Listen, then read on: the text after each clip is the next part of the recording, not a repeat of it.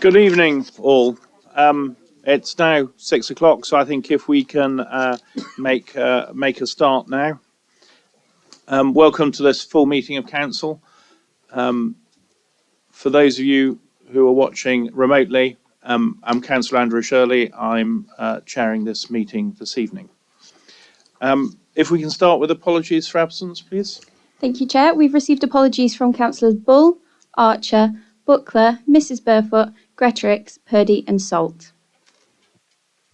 Right, thank you very much. One more from Councillor Swindell. And Councillor Swindell as well. Thank you very much. Public participation. You have in front of you and the public participation, which is a statement from Northwood and Tinkersley Parish Council, another one from Mr. Sean Bacon and John Yowett. They're all in connection with the travellers, Gypsy and Traveller sites and the groups. They are in written form in front of you. They're also being published on the website so everyone can see those. We have one person, Ms. Mary Ann Hooper, who is a local resident, who's going to come and, I understand, speak in favour of Councillor Slack's motion that the district should be approved as a council for fair tax declaration. Ms. Hooper? No?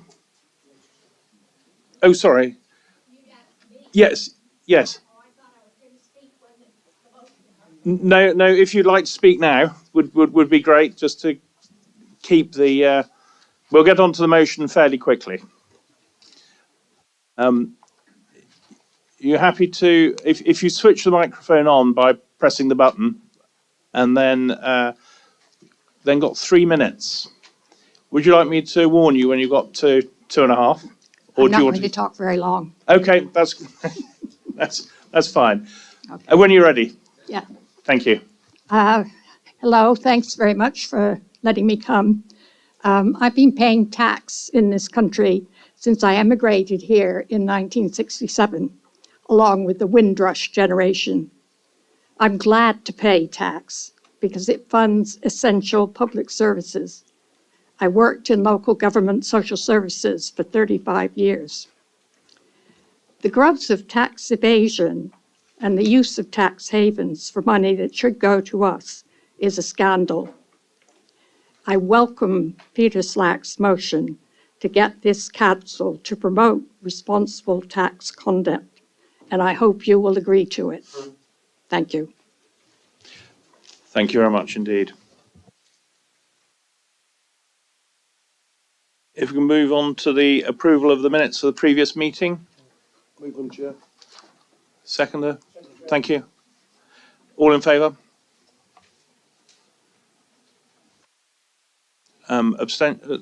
Abstentions? Against? Has everyone's voted? Yeah, that's carried. Thank you. Any declaration of interests? Yes, Chair.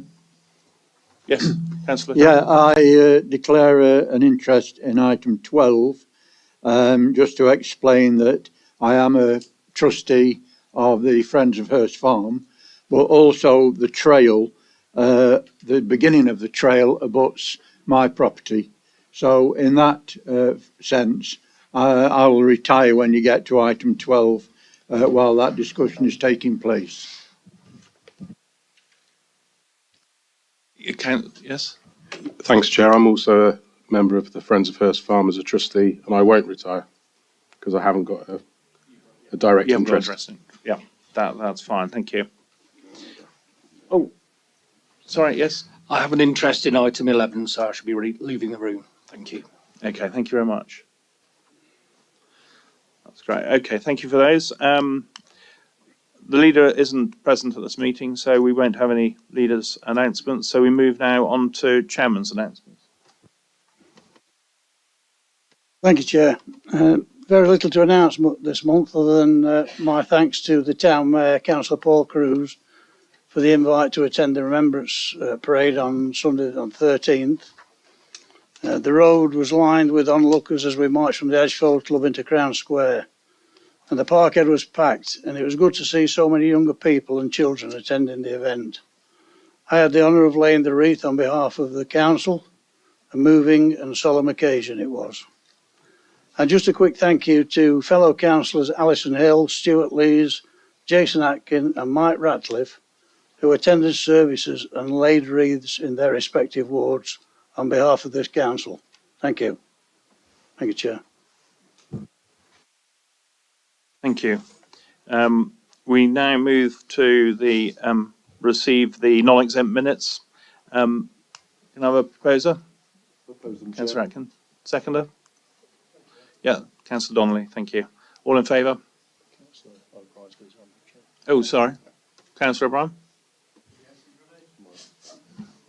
Chair, in relation to the Community Environment Committee of the 1st of November, I would like to move that the recommendation minute 176/22 is referred back to that committee for further consideration.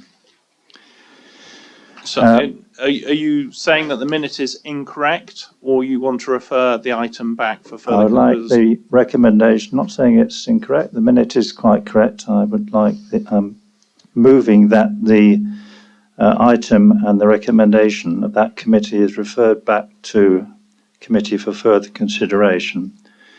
For those who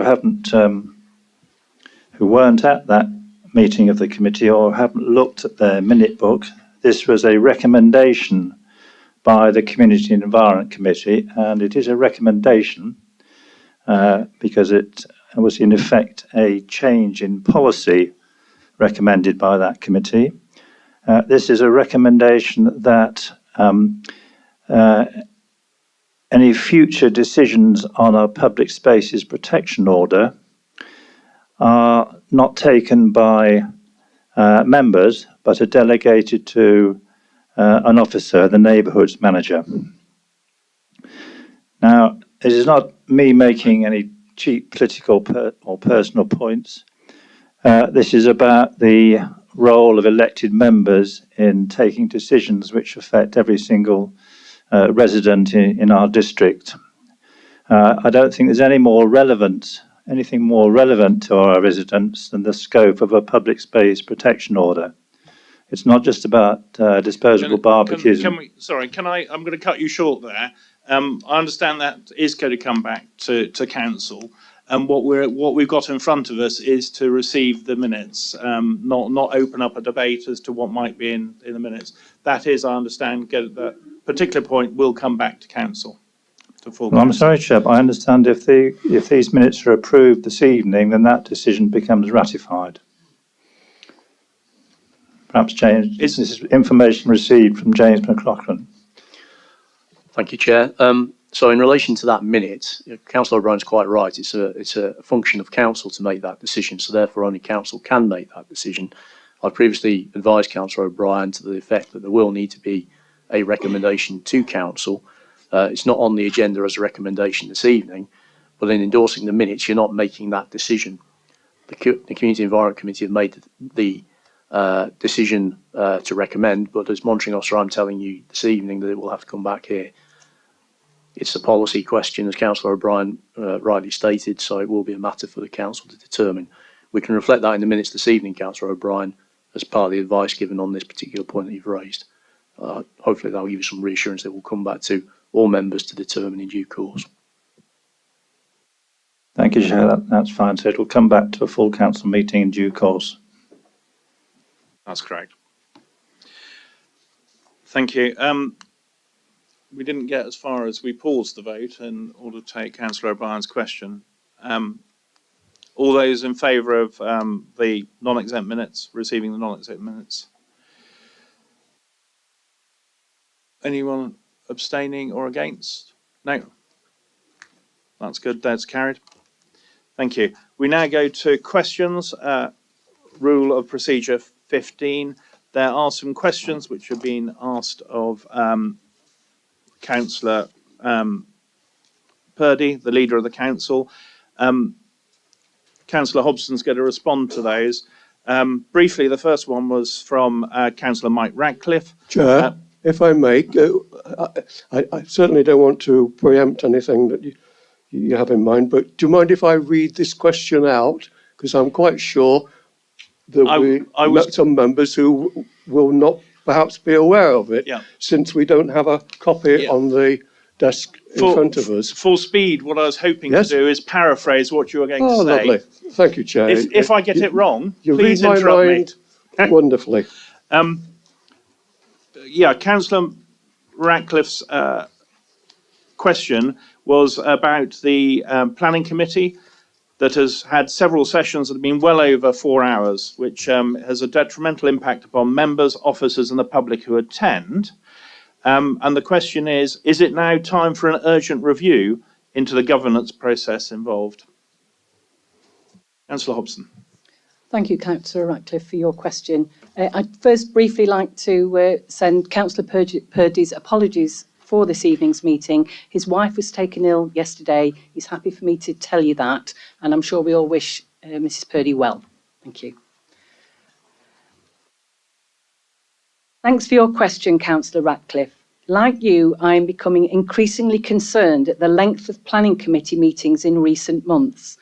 I know that the monitoring officer has indicated a few months ago that he was keeping a close eye on the committees and the way it operates, so I expect that he will bring forward proposals for consideration in due course. Members can send their thoughts directly to him if there are any specific issues they would wish to be considered.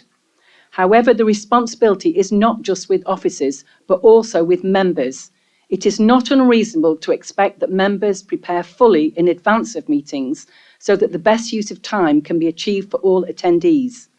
In the recent training provided to members of the Planning Committee, there was a reminder that members should approach case officers to put questions in advance of the meeting and not leave them until the night of the meeting.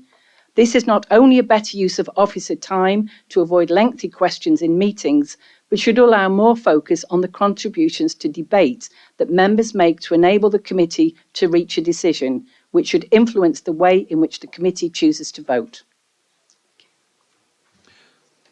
Thank you. The next question is from Councillor. Well, I'd like to respond if I may, Chair. Yes. If you'd allow me. Yes. Yeah, thank you. Yep. I fully appreciate what you're saying, Councillor Hobson, about the involvement of members and their responsibilities, as it were. But the very last thing I would wish to do is to stifle democracy or indeed the right of ward members to be able to call in what they feel to be contentious planning applications to the committee. However, as the monitoring officer, James, has indicated in email to a colleague of mine who raised this on a previous occasion, that there are other factors within the governance of planning, and I think it is now incumbent on us, because of the number of occasions the meetings have taken such inordinate length, to be reviewed and revised. I detected from Mr. McLaughlin's responses that he felt it appropriate too.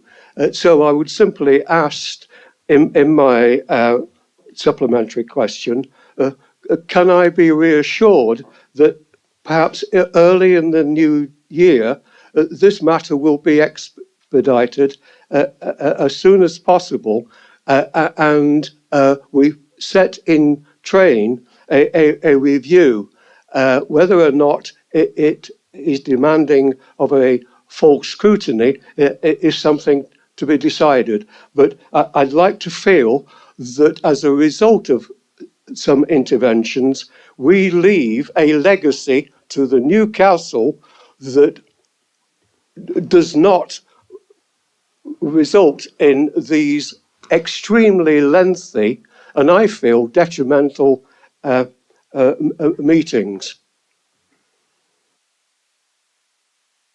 Yes. Councillor Hobson. Thank you, Councillor Ratcliffe, and I applaud your sentiments. I also welcome openness and transparency in meetings and members having the opportunity to ask questions and have proper debate. However, I think this is an issue that does need to be looked at, and obviously James McLaughlin does have it in hand, and you raising it this evening has also brought it to everybody's attention. So thank you. Thank you very much, Councillor Ratcliffe. Second question is from Councillor Martin Burfoot. If you don't mind, I'll paraphrase what you have asked, which is from documents currently available, there's £3.5 million collected from developers in lieu of affordable housing provision, but not spent as of March 2021. And your further question is should some of this be used to championing energy efficient homes? I hope that summarised things adequately. Councillor Burfoot, thank you for your questions. I can refer Councillor Burfoot to Appendix C of the Capital Programme report, which provides the up-to-date forecast for all of the capital reserves. The projected opening balance for the Section 106 reserve at 1st of April 2023 is £4,019,683. Part 2 of your question. The District Council has played a key role in both enabling access to funds to support the cost of retrofitting existing homes with energy efficient measures in social housing and the private sector, as well as supporting the adoption of higher standards in new house building. Social housing. Section 106 income can only be spent on affordable housing, and so the Council's investment is vital to support the majority of affordable housing schemes, either delivered directly by the Council or through housing associations.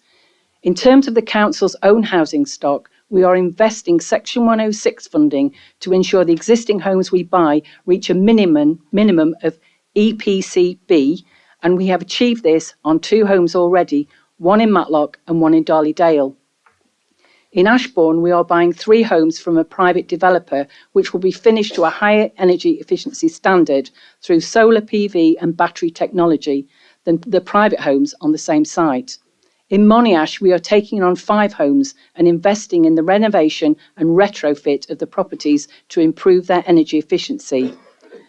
Members will recall that previously the Council approved a substantial grant to Nottingham Community Housing Association that will see 33 new homes on Mayfield Road in Ashbourne. This will be the most energy efficient housing development in the district, with no gas boilers and instead be heated by air source heat pumps. The wooden frame homes will be highly energy efficient and include solar panels.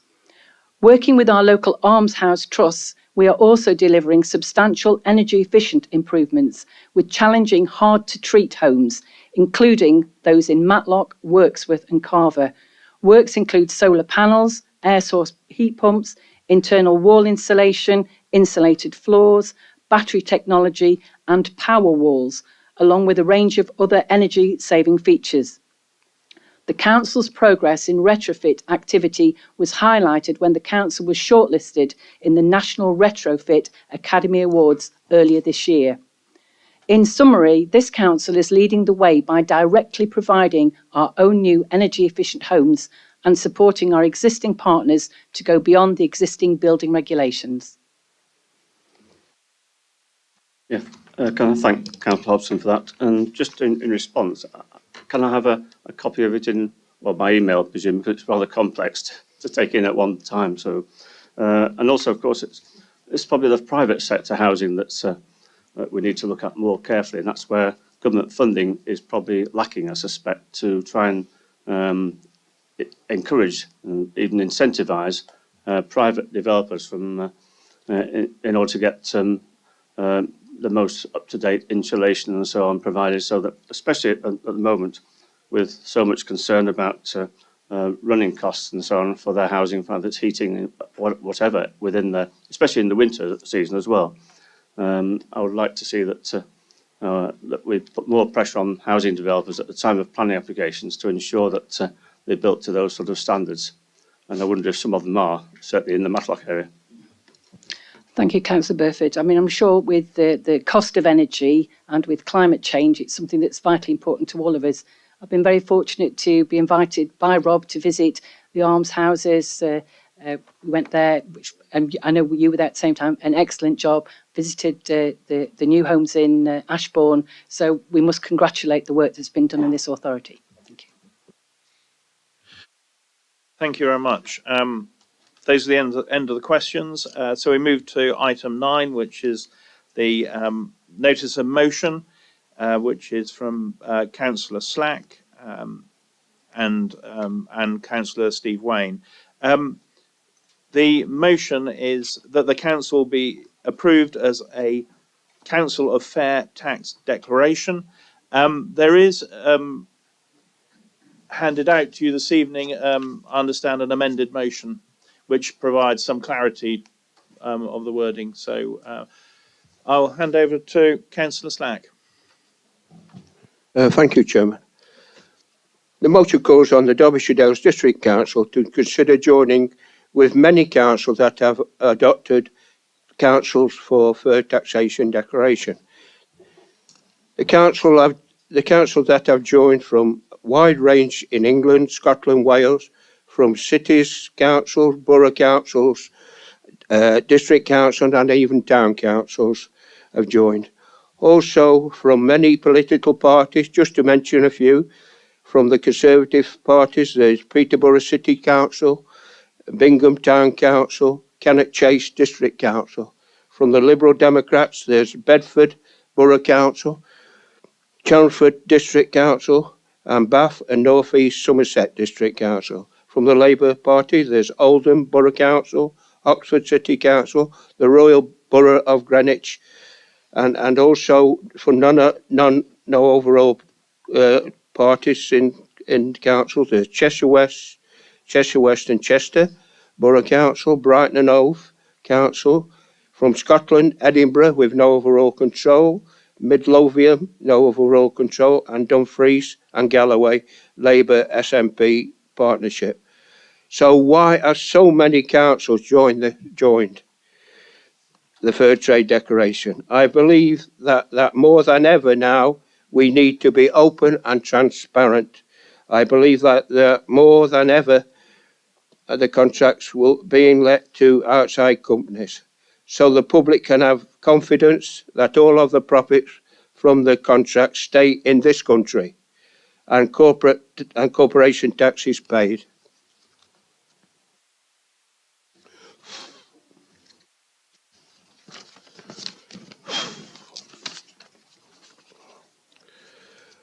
First of all, number one, the pressure on organisations to pay their fair share of tax has never been stronger. Number two, polling from the Institute of Business Ethics finds that corporation tax avoidance from 2013 has been clearly the number one concern of the British public when it comes to business conduct. Number three, 2/3 of people, 66%, believe that the government and local councils should at least consider companies' ethics and should at least consider how they pay their tax, as well as value for money and quality of service provided when awarding contracts to companies.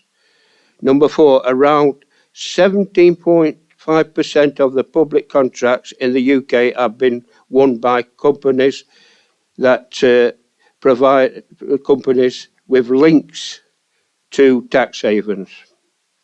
Number five, it has been estimated that the loss from multinational profits shifting, just one form of tax evasion, could cost the UK around £17 billion per annum.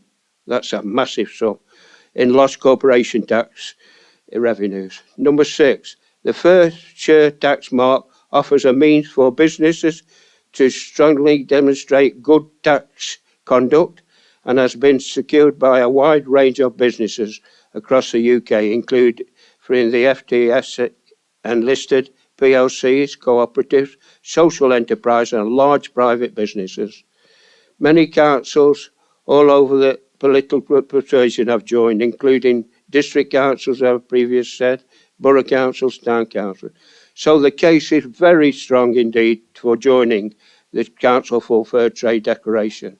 So, Chair, I would like to move this and consider to become a fair trade council. Thank you, Chair. Do we find a seconder? That'd be me. Thank you. I wish to thank Councillor Slack for raising this motion regarding the responsible tax conduct, and which I wish to second. The paying of tax enables our country to provide effective services, including education, health and social care, flood defences and policing. Tax avoidance and evasion should not be tolerated at any level of local government or within councils, and the councils are right to take an ethical stance when associating themselves with businesses contracting to do work for them. It's correct that 63% of the public agreed that the government and local councils should consider a company's ethics and how they pay their tax as well as value, they pay their tax as well as value for money and quality of service. And I think it shows that somebody's taken the time to come tonight to express their view on that matter. And thank you for coming. In documentation I've recently read, it also confirms that a conservative estimate indicates that some £17 billion per year are lost in corporation tax revenues by multinational profit shifting, so basically by just covering the money abroad. That's totally unacceptable. And I think we as a council should show that we're a beacon of good practice and put this forward. I can't see any others in Derbyshire that have. Our council must ensure that companies engage that engage with doing work for us demonstrate responsible tax conduct. Councils have already adopted this practice, as Councillor Slack has mentioned, and I would ask that this council also agrees to this motion, and hopefully it will be supported by all members. I'd just like to add that there will be have to be some changes within the organisation, and it is also mentioned that it's not within our constitution, but I've checked with Mr. McLaughlin, and the constitution is a living feast.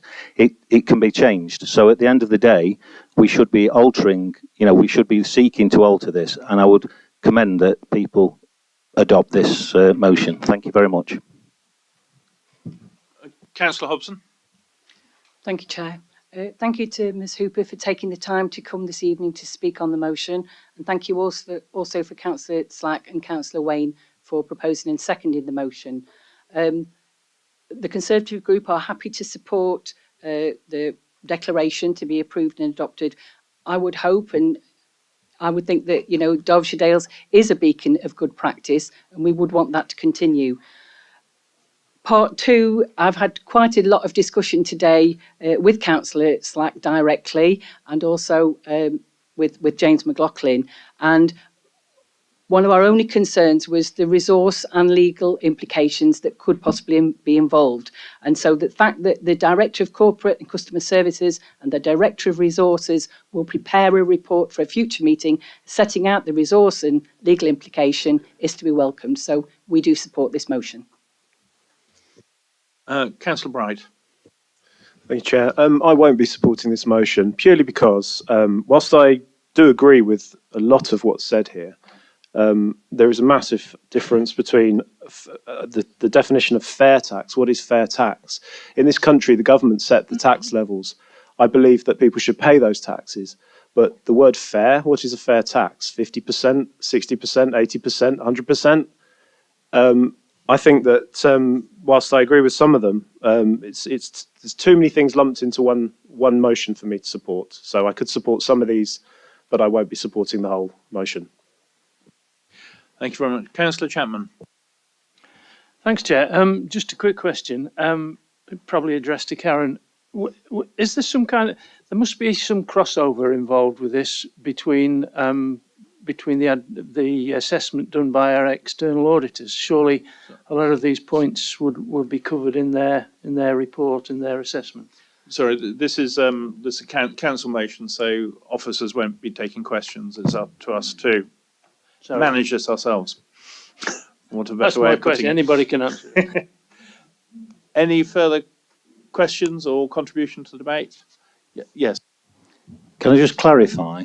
I probably can't clarify now because it's my understanding that if the matter is to be approved and adopted, that will take place from this evening, and that so we will be supporting the fair tax, sort of completely. But we're just going to look at how we're going to do it. Basically, we're not going to do it, but we're going to look how most effectively we can do it.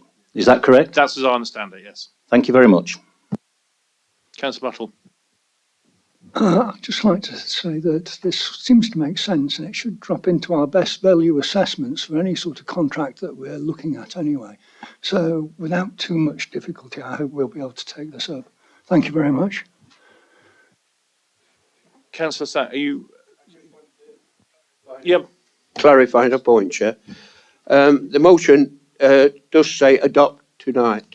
Adopt the motion tonight. Yep. And then look at it, come back, and officers can work with the Fair Tax Mark Federation and get their input into it. So adopt, we're moving the motion to adopt tonight. Yeah, yes. You're not to put off. Yeah. Thank you. I haven't got anyone else to speak. Are you happy to move to the vote? You got nothing further to add? Proposers and seconders? No? Okay. Move to vote. All those in favour?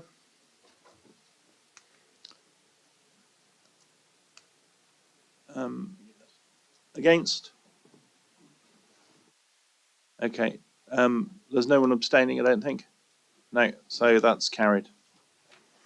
Thank you. And we now move to item 10, which is the appointment of a chair and vice chair to the scrutiny committee. Councillor Hobson. Thank you, Chair. I'd like to nominate Tony Morley as chair and Alison Hill as vice chair to this committee. Thank you. Can we move now to proposer? Seconder. Beg your pardon. I'll second, Chair. Thank you, Councillor Donnelly. And any other nominations? Councillor Brown.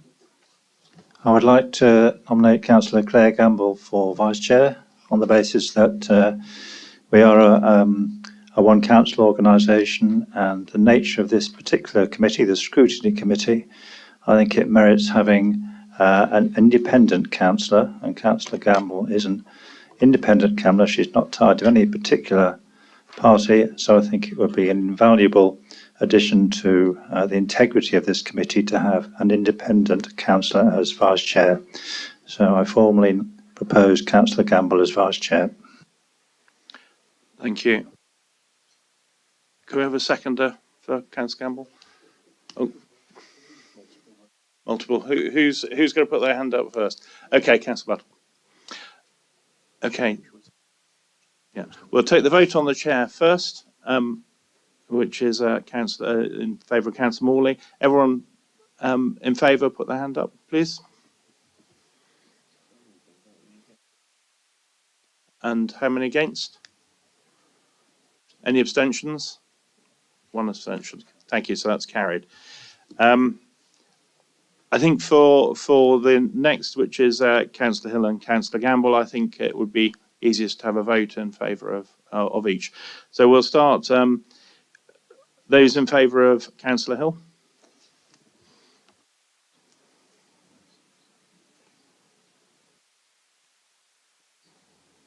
Okay. And those in favour of Councillor Gamble.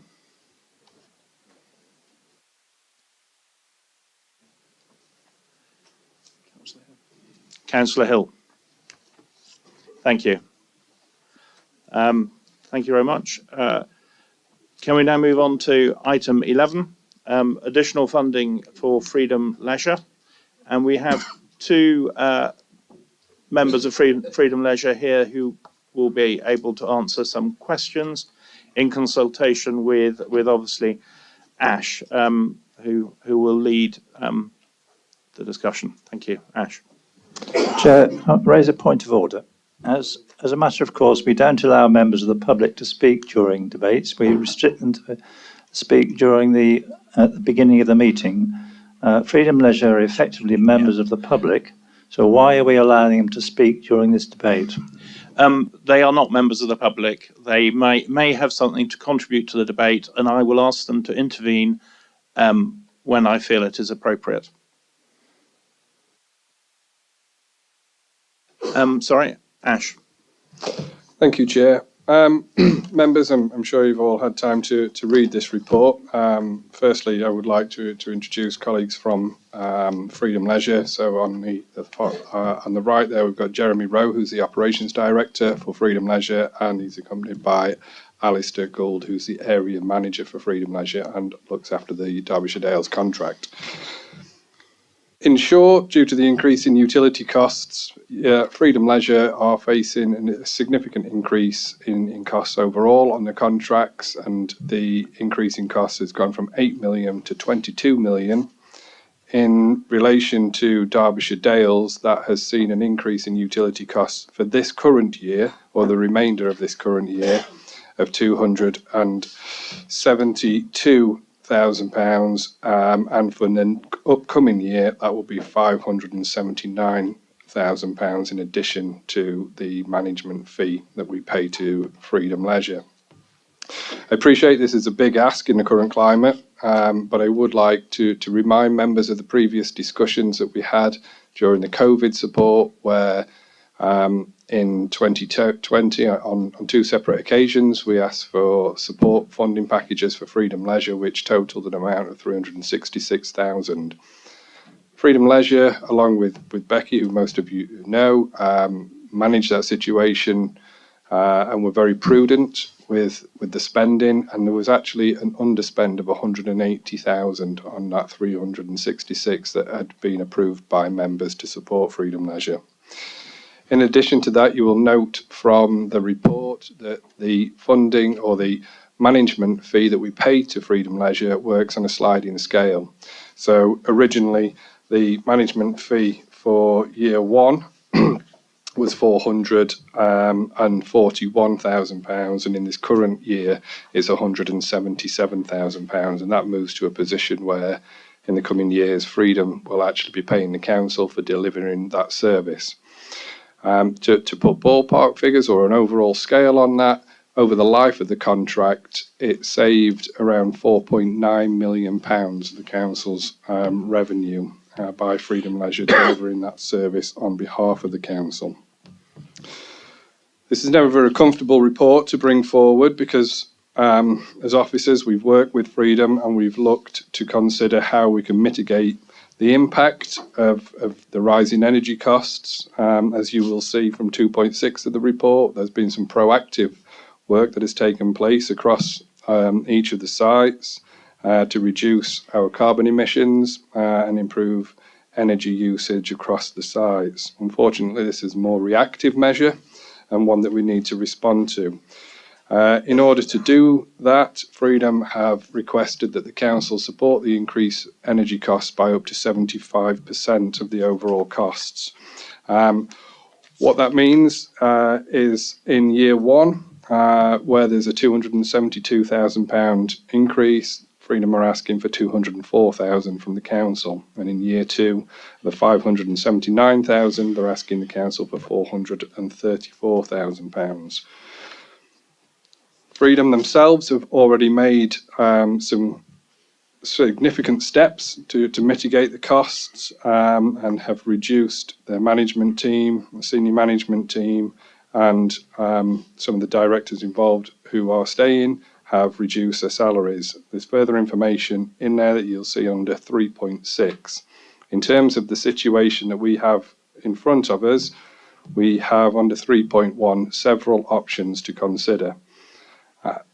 As you will see, officers are recommending that we approve, or members approve, option one, which is to provide the 75% in year one. And the reason that we're proposing that is because we know that our leisure centres and the services that they provide are key to our local communities. Currently, the council is in a position where it can support for this current year. And given the underspend from the COVID support money of £180,000, whilst that went back to the general reserve, we would like to utilise those funds to support this in year one.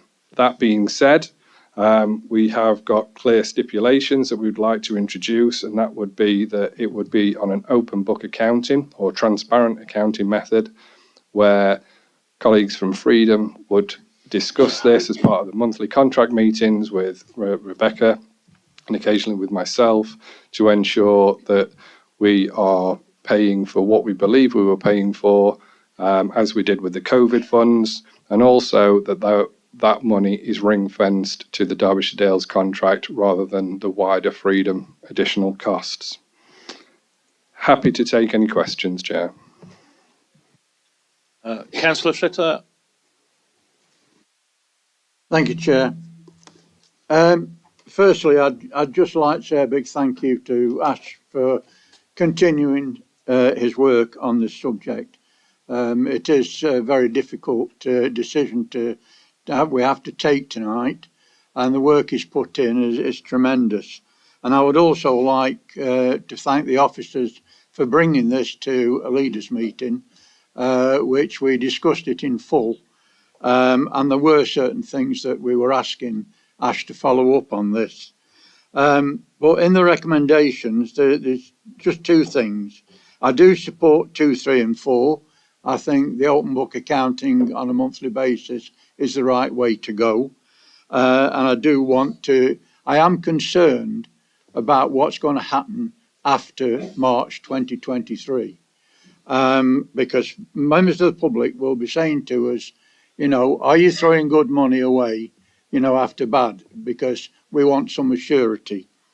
The one thing that in item 1, we were talking about the 75%, and we asked to try and bring that 75% down. So what were the difficulties in doing that? Now, I know certain works have been done on behalf of Freedom Leisure, and there's been a lot of works done which is really termed as investor save, but that all comes within the future and not dealing with the present situation. But what surety have we got that the completion of looking at staff and other issues will be completed in full? Because within the report, it does say what's happened to date and what may happen or will happen in the future. But we still haven't got a guarantee that those changes will be put in place after this agreement has been reached. Ash. Thank you, Chair. In answer to your first point, Councillor Flitter, what happens after March, I think it's a case of we have to wait and see what support the central government will be offering for the leisure sector. And maybe Jeremy might be able to touch on that shortly. I'm going to just hand over to him after I picked up the next point, which I think was your main question as to why not less than 75%. And I think it's a good question, and it's something that we have been talking about. And I think what we need to be mindful of is the leisure centres are just recovering after that COVID impact. It took a while for leisure centres to get back to the point of a level of revenue that they've been experiencing before that. And so we are starting to get services back on stream. We believe that whilst obviously we don't want to be paying any funds out, it's not an unreasonable request. Also, if Freedom were not operating the services for us, we will be paying 100% of that. And I think what we're saying is we will support this year because there is funds available to do so. What we're not committing to is any further funds past that point. I'm going to hand over to Jeremy to see if he's able to shed any light on what happens or could happen after March. Jeremy might also want to just pick up on Councillor Flitter's question about whether there'll be any further reductions within the structure of Freedom Leisure, or whether what's happened already is as far as it goes. Thank you. Okay, thank you, Chair. In terms of central government, yes, there's it was a paper released last week, I think, on the government website on the back of the budget announcement that talks about the terms of reference for the review that's going on for vulnerable sectors. So that's taking place up until the end of December, I think, with sort of announcements early to mid-January as to the sectors that they are proposing to support, and I guess what level of support that looks like beyond next April. And on that point, really, we've sort of led the way in terms of campaigning to support the sector, because this is not a freedom leisure issue. This is a whole economy issue that's touching many businesses. Obviously, it affects us considerably because swimming pools are very expensive and energy heavy sort of facilities to operate. So we've led the way because we felt it was important to do so, and because of the timing of our contracts. But we're working nationally with UK Active in the media, raising the profile, which is gathering some momentum now, really, in terms of I think there's a petition going to hit the media tomorrow from Swim England, for example, to save our pools. So we're part of that bigger picture, and clearly, as a not-for-profit charitable trust that believes in what we do in terms of community facilities for the public good, we want to be operating these facilities for the long term and impacting on people's lives. And it's the last thing that we want to do is reduce services and reduce those really important community assets that we have on behalf of yourself and other authorities across the country, really. In terms of ongoing mitigations, absolutely, it's a fast-moving position. We're constantly reviewing that. In terms of our overall, reductions, we have a massive efficiency drive, and as you can see from, I think, the report tonight, that started at the top on our central services, with a view of considering how that features in each individual contract, depending on the support that sort of is there, both from a local perspective and a central government perspective. So we very much want to make this work. We absolutely value what we do. We do think we provide a good service, and hopefully our customers and our partners believe that as well. But yes, a very challenging situation that we find ourselves in, and the best way working through that is in partnership for the future, really. Thank you. Councillor Gamble. My question was very much connected with that. Really, two questions, really. One for the council. Should the worst case scenario happen next year and the government don't extend the cap, given that the fact that we're already in an environment where we're already having the Chancellor talking about eye-wateringly difficult decisions to be made on public spending, what does Freedom Leisure put in place should that not happen?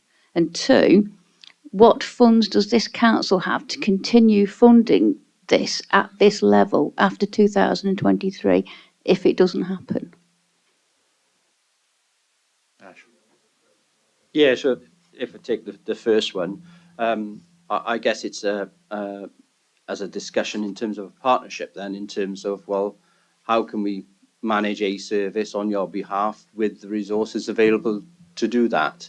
So that's, I guess, where, in terms of it's a reference point back to the authority in terms of whether that's a reduction in service or it's a review of opening hours or facilities in terms of what's available in terms of the sustainability of our contract in essence, which I think is what we all want. However, recognising that £500,000 pressure on that next year is going to be a challenging process.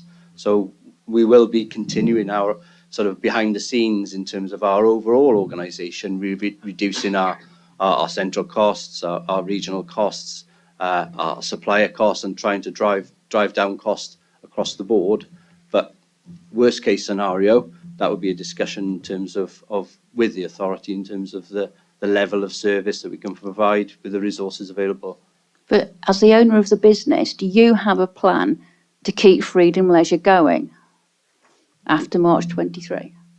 Absolutely, we're working on that. and each and every partnership is different.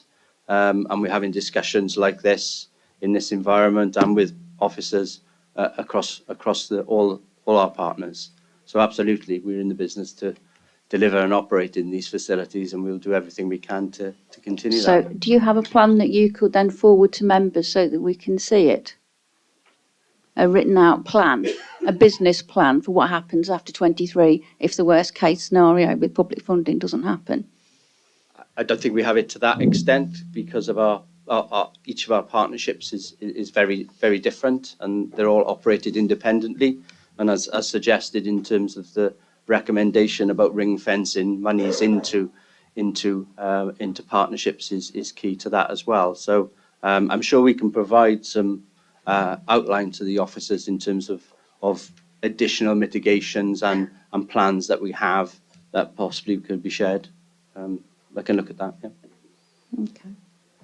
Chair, if I can come in on the second point of your question, if I can, and it might feed into the question you've asked of Jeremy, Councillor Gamble. I think what Jeremy said earlier is quite true in the sense that this is a moving situation, and what a lot of this will hinge on is what level of support we get from central government, what that will look like, and in terms of the financial viability from our point of view as a council after March, I think we're going to have some really difficult decisions to make, and this may very well be one of those, depending on what the outcome is from central government, depending on what other partners contribute to freedom, and feeding into the point that Jeremy was making.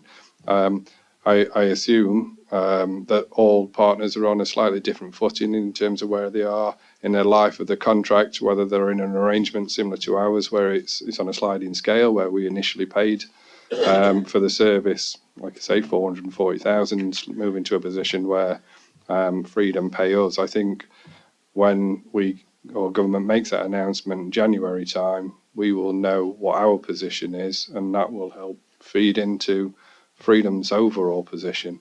That's the way we're looking at it as a council. I think we need to understand what we can afford, and if we can't afford it, I mean, just looking on a current position, are those options that have been presented in 3.1. Now, if we were able to, if members approve number 1 in that list, then this year we don't have to consider 2, 3, 4, 5, 6, and 7.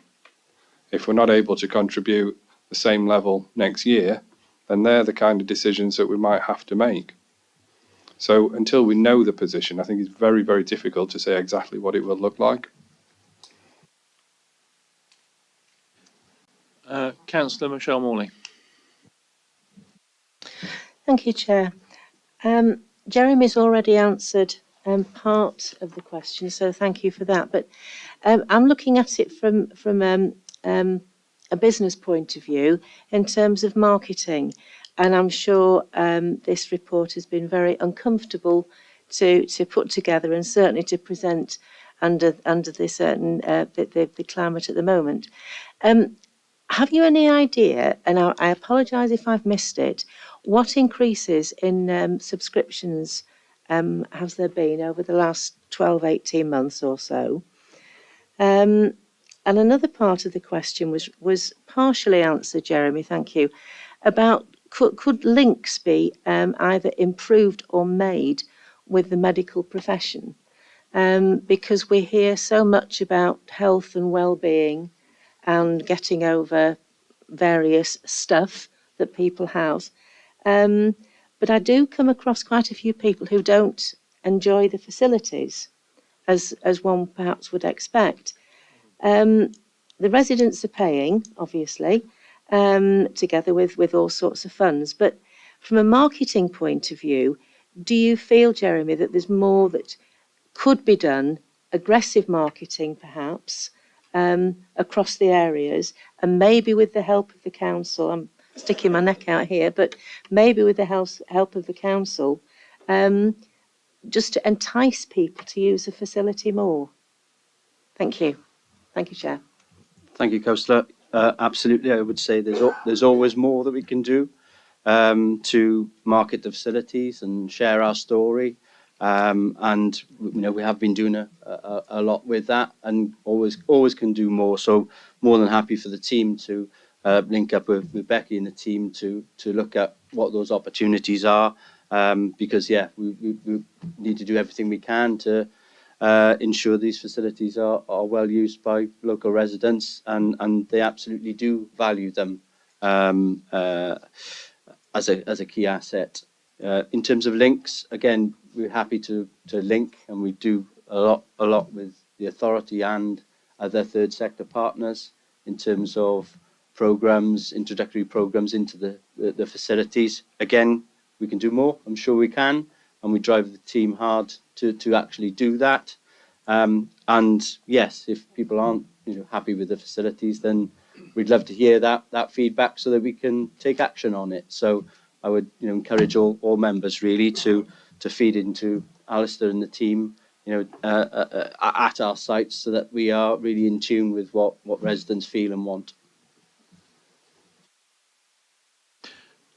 Councillor Radcliffe. Thank you very much, Chair. I'd like to come at this from the point of view of a service user.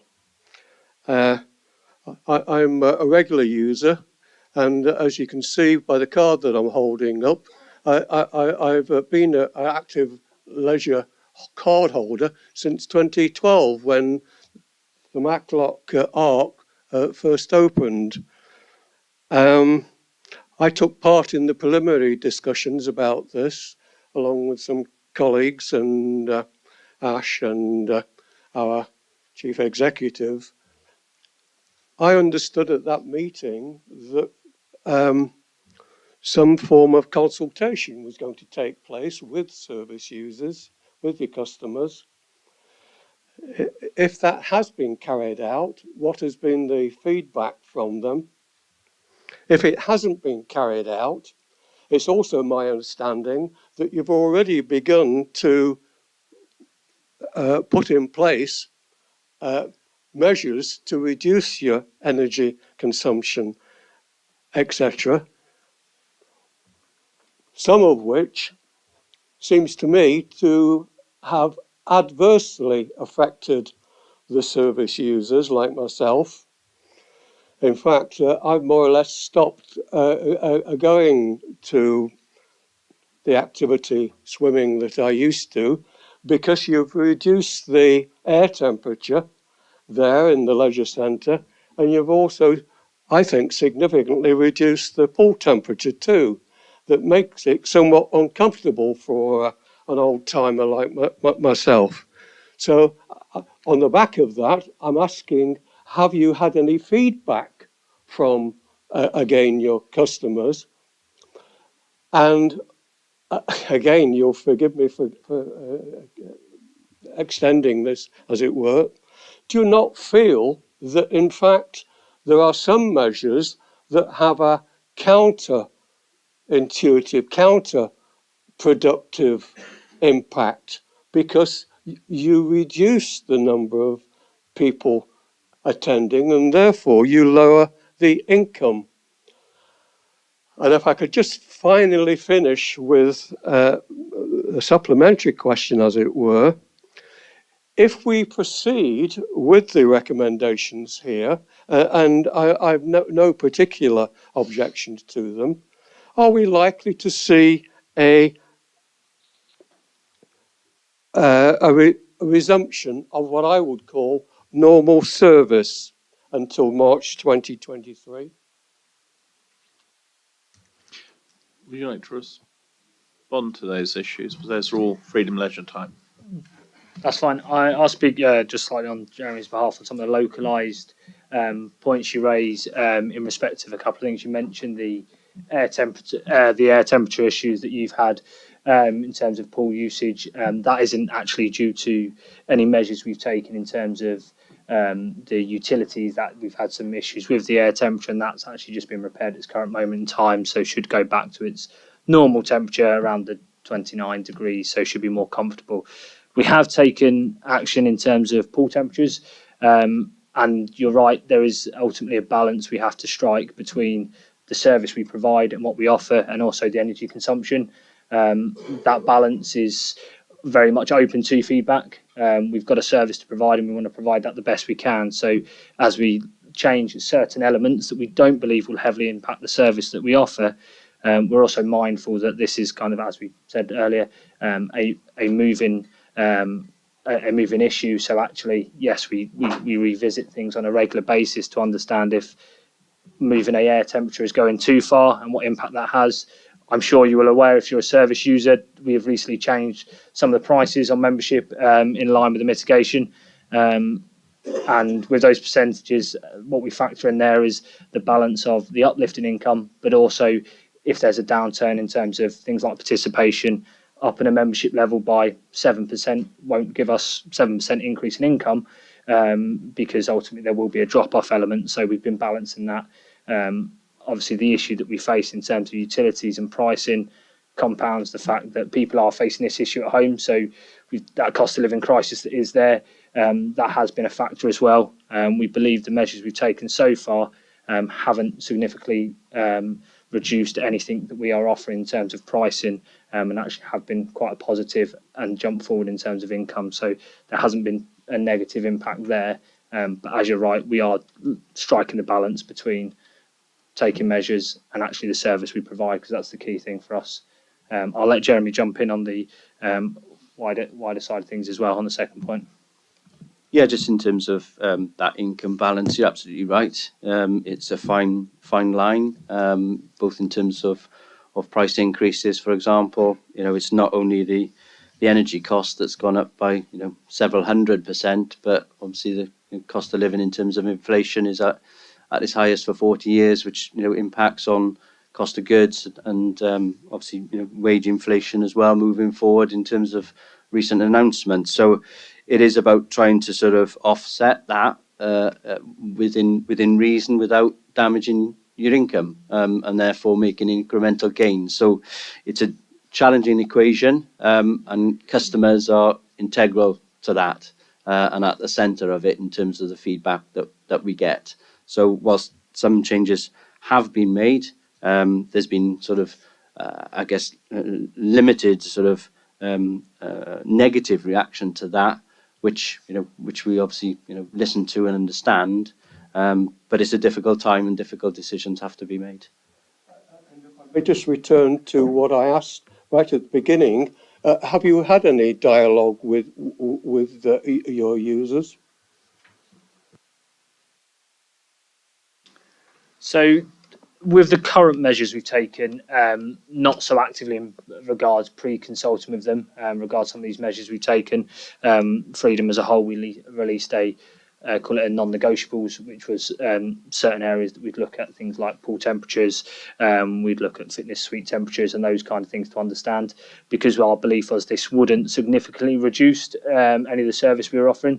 We didn't pre-consult at that point, but if we was to, like some of the points in here, if we was to make any what we believe would be significant impacts on that service, then evidently we would be meeting and consulting. But likewise, as I say, I'm open to the feedback as we are as Freedom as a whole. So we have been very much, what comes to us in terms of comments, complaints or anything like that, we're open then to taking the action on the back of it, and actually understanding that we haven't kind of just shut the door and said we're not listening to anything. This is the measures. We're very much open to say, okay, let's understand if the service has been impacted and how people are feeling. By all means, we can believe in participation numbers, etc., what service we're providing, and how that's performing. But obviously, it's very hard for us to put ourselves in the picture of the customers at times to understand how they're being impacted by it. So again, we've been very open in terms of receiving the feedback, and if needed to be, we've reacted to that, and so forth. Thank you. May I just conclude, Chair, with a very, very quick one to Ash. At that preliminary discussion that we had, there was mention of the recovery of the 20% VAT on, I think it was fuel costs. Do I take it that that was a non-starter or illegal or in some? It was to do with the VAT, wasn't it? If I remember correctly, it was whether we could reclaim the VAT, and did have a chat with Karen. Karen took some advice on that, But there is a certain point, and Karen may want to chip in, but as I understand it, there is a certain point where we have a level of exemption, and if we exceed a certain amount, we end up paying more, which would be more than we'd be saving on this. I don't know if you want to clarify any of that, Karen.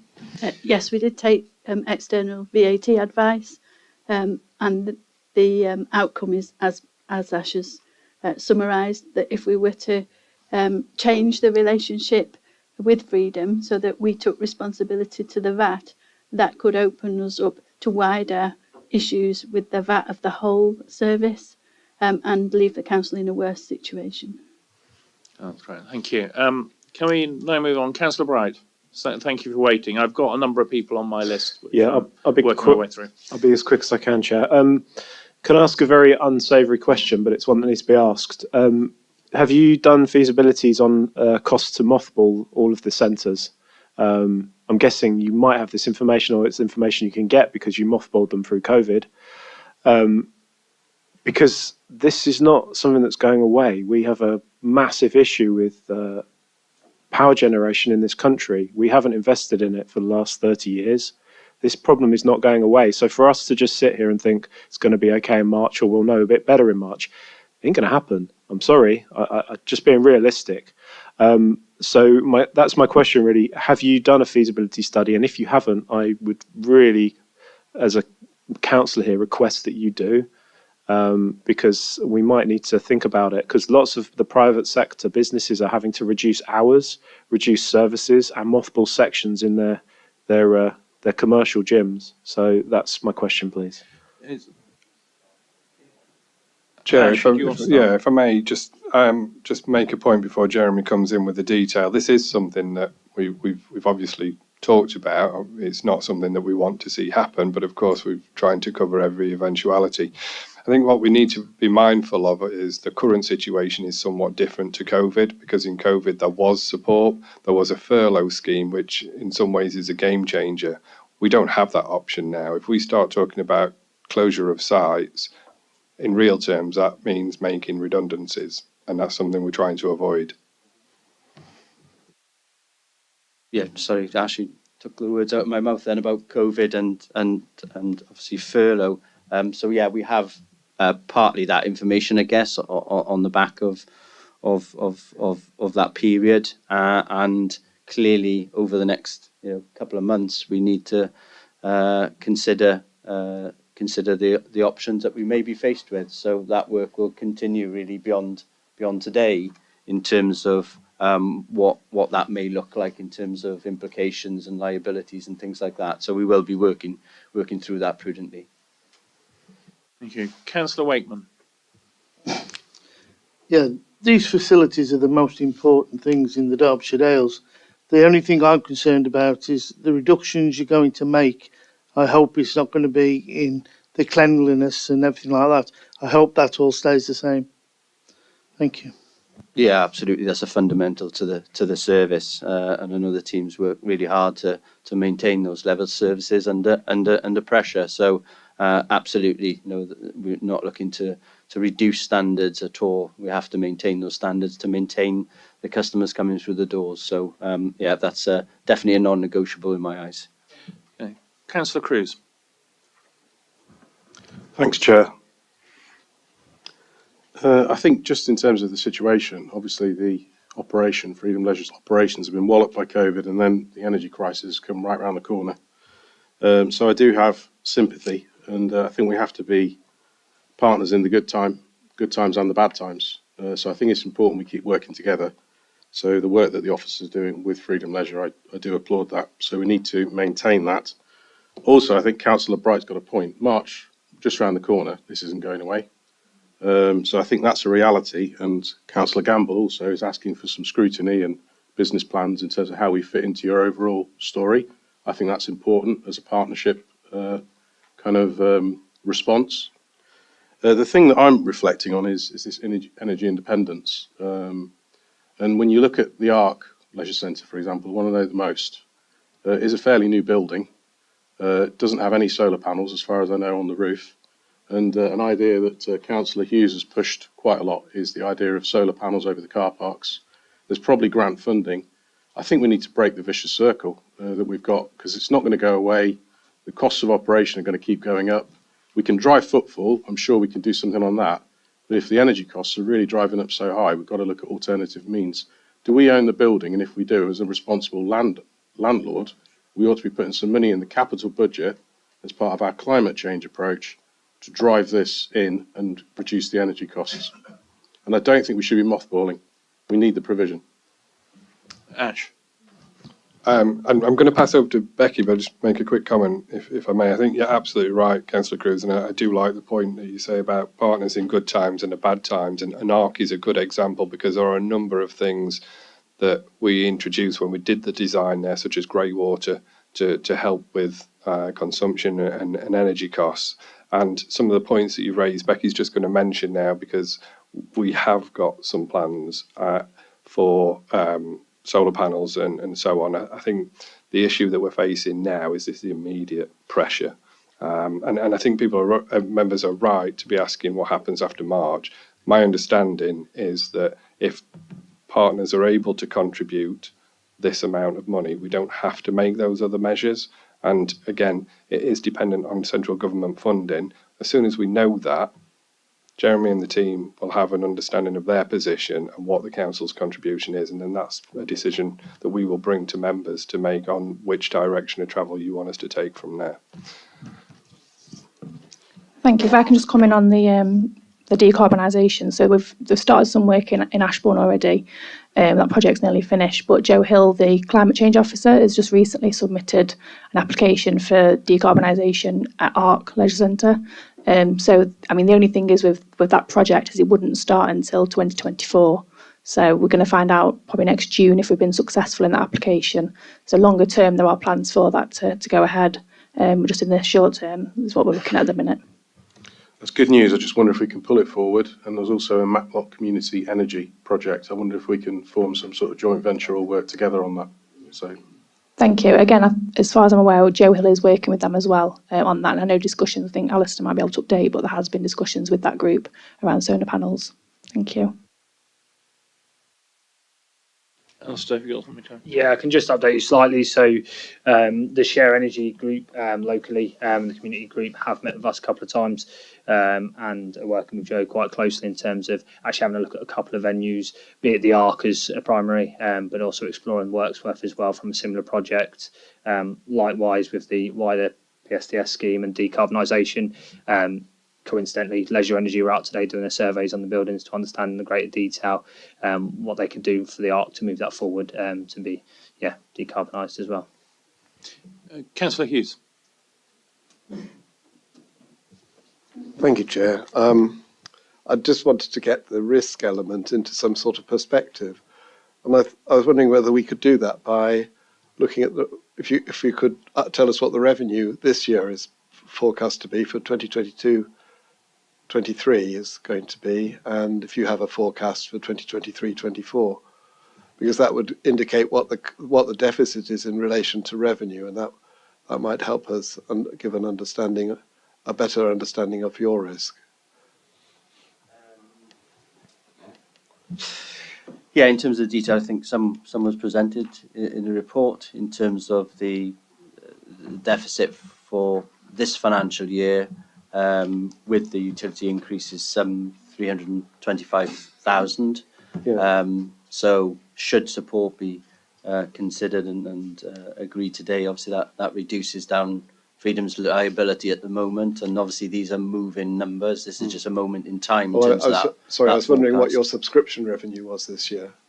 I don't have that in front of me tonight, but I'm sure we can provide that. Okay, because as part of the ratio between the additional cost and the subscription revenue would give us a good understanding of what the risk should be, and I'm a bit disappointed that information isn't really ready to hand, because it's all part of financial management of an organisation like Freedom Leisure, and I would have expected that to be available. Can I ask Karen? Can I ask? You may not. This is more difficult because this is out of the blue. But if we take the 2023-24 numbers, are they material in comparison with our reserves, or are our reserves sufficient to finance this if we did not get central government support in any way for the leisure centre? Is it something that would be significant risk to us? One of the reasons we haven't recommended any action in respect of 23-24 is that we can't address this in isolation. We need to look at it as part of the bigger picture of all the calls that we have and we know we'll face for 23-24. So the corporate leadership team is currently working to identify those additional pressures. We know there's a big pressure coming out of the pay award. Yeah. There's pay inflation on contracts such as the waste contract, inflation on our own utility bills. So we can't look at this one in isolation. We need to get a view of the full picture and then try to prioritise, the pressures.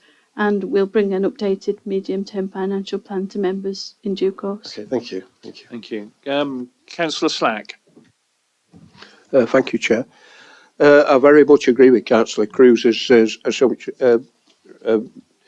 view on how we can go in the future. Decarbonisation is the answer. We can use solar panels, heat source pumps, and all even wind turbines. Now, land wind turbines are the cheapest to erect and the cheapest to run and produce more energy. So we have lots of options we could go for in future, and we've got to go for it because carbon fuels are going to be more or less, gas is going to be running out in 2030. So we've got to go that way, and that's where we should be going. And I wonder if they could explain Ash could explain what the timescale. Well, we just said 2024. Ash, could it be any sooner than that? As I understand it, Councillor Slack, it's down to the funding that's available and the application of that funding. So it's not just something that Derbyshire Dales is applying for. It's a pot that's available for authorities and other partners to apply for. So it's not really in our gift to bring it forward. As I hope you can see from the report, we've got a constant programme of trying to reduce our energy costs and carbon emissions across our leisure centres. But, I mean, just to bring us back to this report, this is about the immediate pressure that we've got. So whilst we have always got one eye on the future and looking at to reduce that, we need to make a decision based on the increased energy costs now. Yeah. I would support your recommendations at the moment for till next year, and then we'll have to see where we are next year. And I don't think it's going to drop down the energy prices personally, but I hope so. So thank you. Councillor O'Brien. Yes, thank you, Chair, and thank you to officers for a very comprehensive report with a lot of information. There is, however, one piece of information which I find lacking from the report, and that is what the implications are of us not agreeing to recommendation 1. That is, not agreeing to invest over £200,000 of council tax monies. I would expect that Freedom Leisure, as a responsible organisation, would have shared with our officers what precise actions they will take if the council does not agree to forward them £204,000. I would like to balance my judgment on recommendation 1 by knowing what those implications are, so I can weigh up whether the presumably reductions in service are weighed up against the value of £200,000+. So what I would like to hear from officers is what precisely the implications of us not awarding the 204,000 would be in terms of reduction in service. All the report says is there is a risk of reductions in service. Well, that's not a very helpful remark. So could we please know in detail, because I'm sure Freedom Leisure will have this, they will have worked out in absolute detail what precisely they will do or would do if we don't agree to recommendation 1. So could we please have this shared with us so I for one can make a reasoned decision rather than be asked to make a decision with only half the information. Ash. Thank you, Chair. Yes, Councillor O'Brien, if you look at 3.1 of the report, you've got a series of options listed 1 to 7 in there, and should members not wish to support the recommendation that is put forward, then we will have to consider 2 to 7, which is a range of reduction or removal of posts, reduction in establishment, which to be clear is staff across all 4 sites, possible temporary closures of sites, reduction in opening hours, exploring further capital funding projects, which some members have already discussed at the moment, and then any other further options that present themselves as part of that work. Yes, but with respect now, it's a very vague list of options. What I'm asking for is what precisely, presumably Freedom Leisure will in their business plan have told you what precisely they will do if the £204,000 is not offered. They haven't got time to consider a whole set of vague options. They will have a set of definitive proposals. So can you please share those with us? With respect, Councillor O'Brien, I don't believe they are vague. It does say there the temporary reduction or removal of the active communities role, which is approximately £25,000 per annum.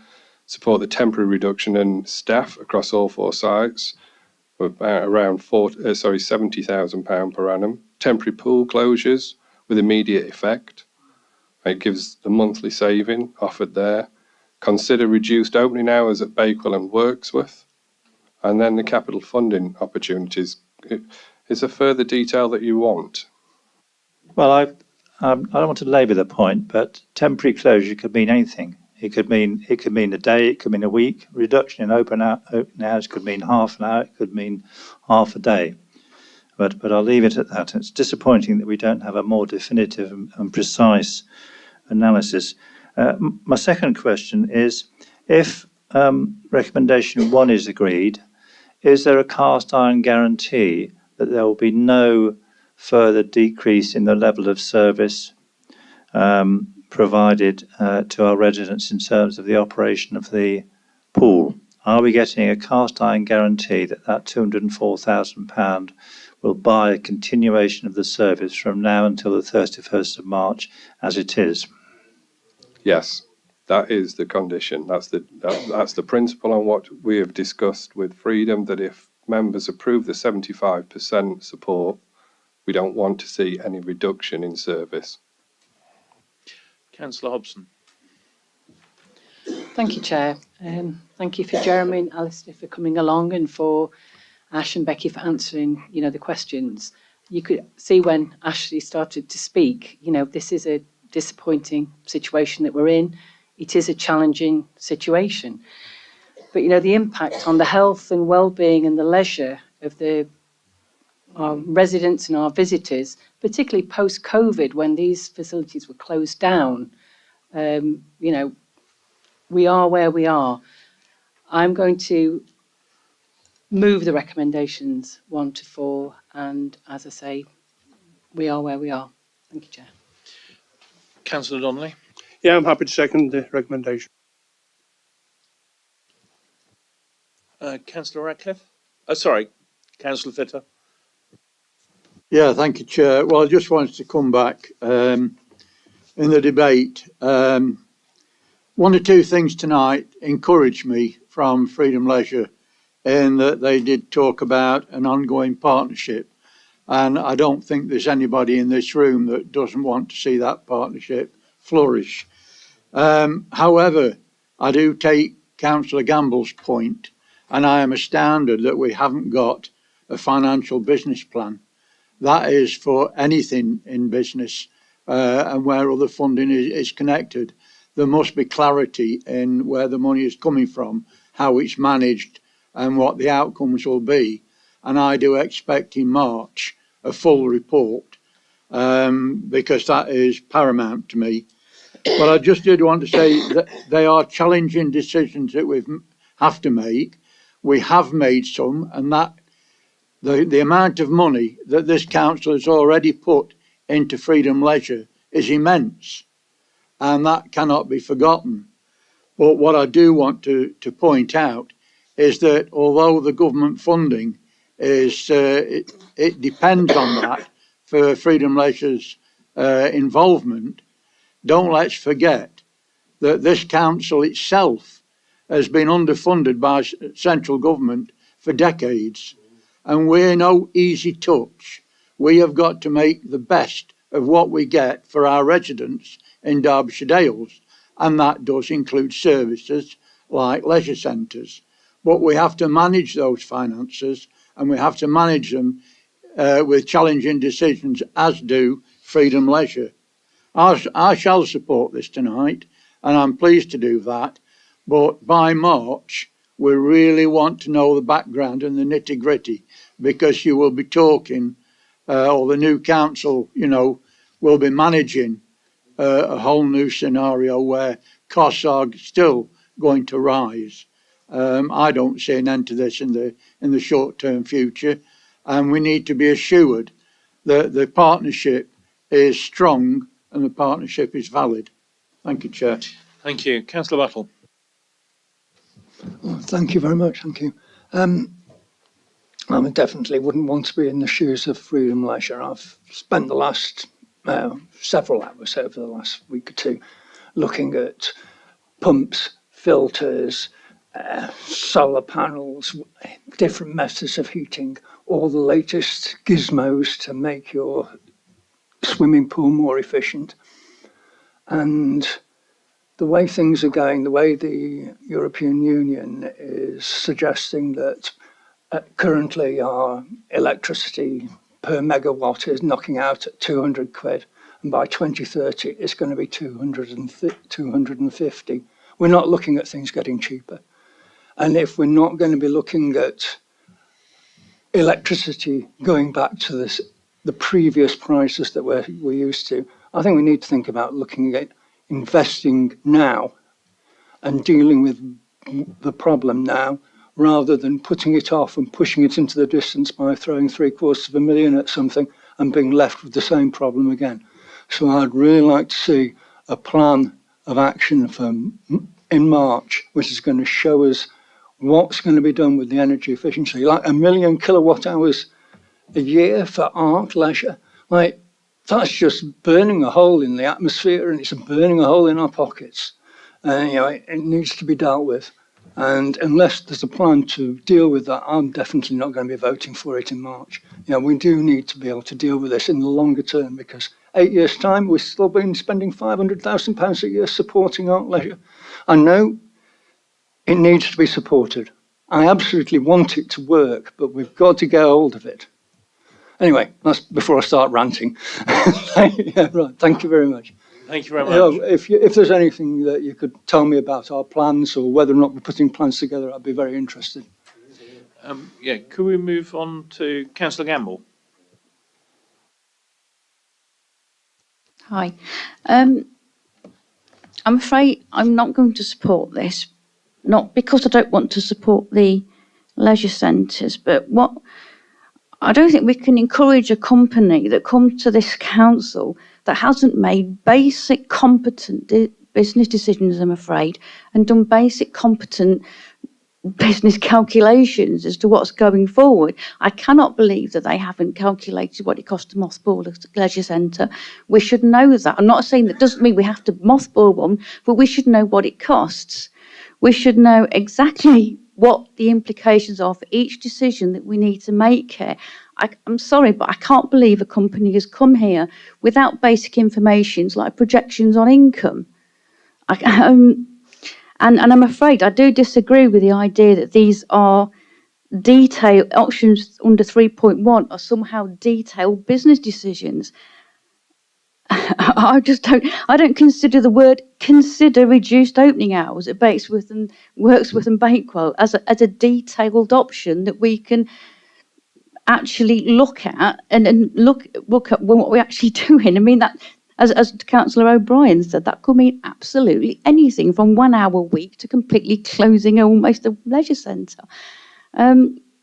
I think undoubtedly it's going to go through, but I'm just going to vote against just because. So the next March, you do come forward with much better information that we can make proper, reasoned, rational business decisions on. Thank you. Councillor O'Brien. Thank you, Chair. I support some element of supporting Freedom Leisure over the next few months. But I would remind colleagues that, as has been pointed out, they did come to us some time ago requesting £366,000 with a threat that if they didn't get it, our leisure centres would close. It transpired actually that they only needed £186,000. So one has to perhaps treat some of the things that we're told by Freedom Leisure with some degree of caution. Now, the residents of Hathersage and Eam Ward would love it if this council agreed to support their energy bills by 75%. And I'm sure that's the same for residents of every other ward. That's rather than the 15 to 20% that the government is supporting residents.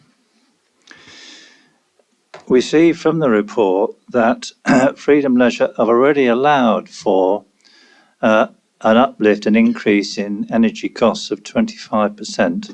That is built into their business plan, an assumption that their energy costs will go up by 25%. They're now asking the council to support the entirety of the remainder of the increase in costs.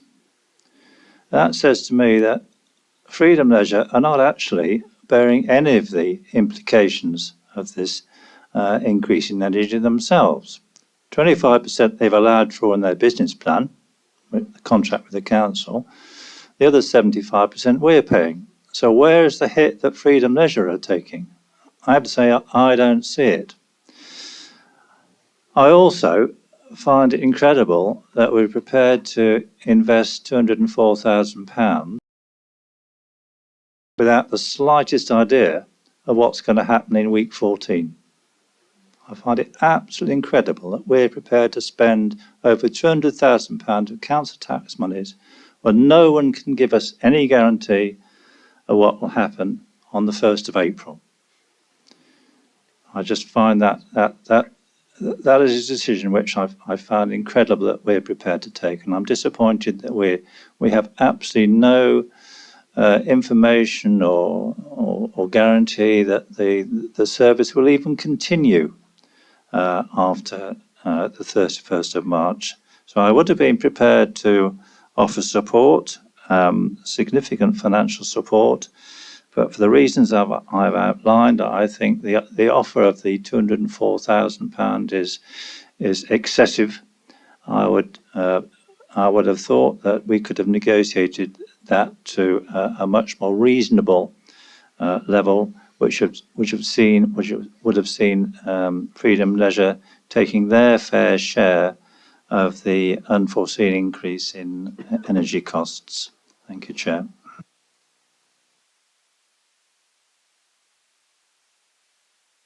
Councillor Cruz?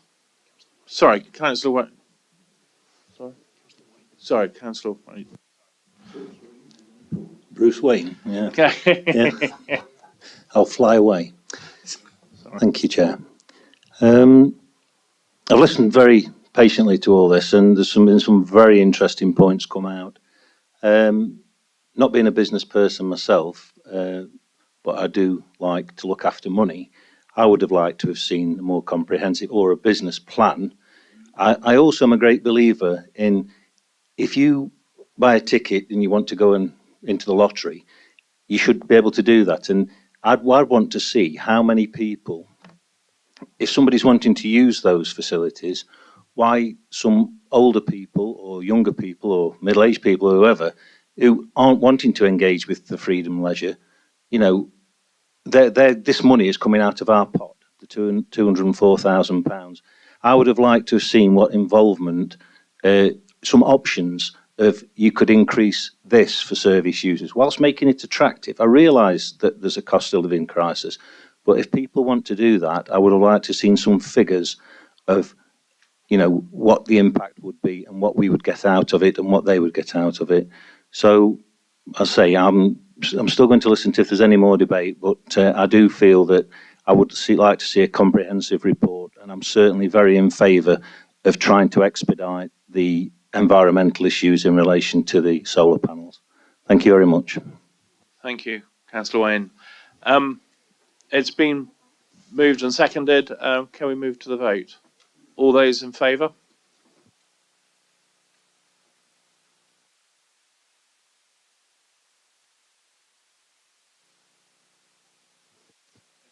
Against? Abstentions? So that's carried. We now move to item 12, Hurst Farm Heritage Trail Lottery bid approval. I think Rob Coggins is going to say a few words of introduction on this. Thank you, Chair.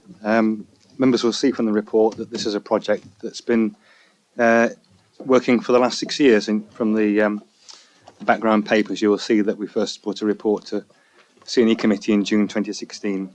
I think the length of time it takes to get projects of this nature going forward shows the hard work does pay off, particularly that of the community, the Friends of Hurst Farm, partner agencies, and you'll all know Marie-Christine Smith has put a lot of time and effort into making sure that this project comes to fruition.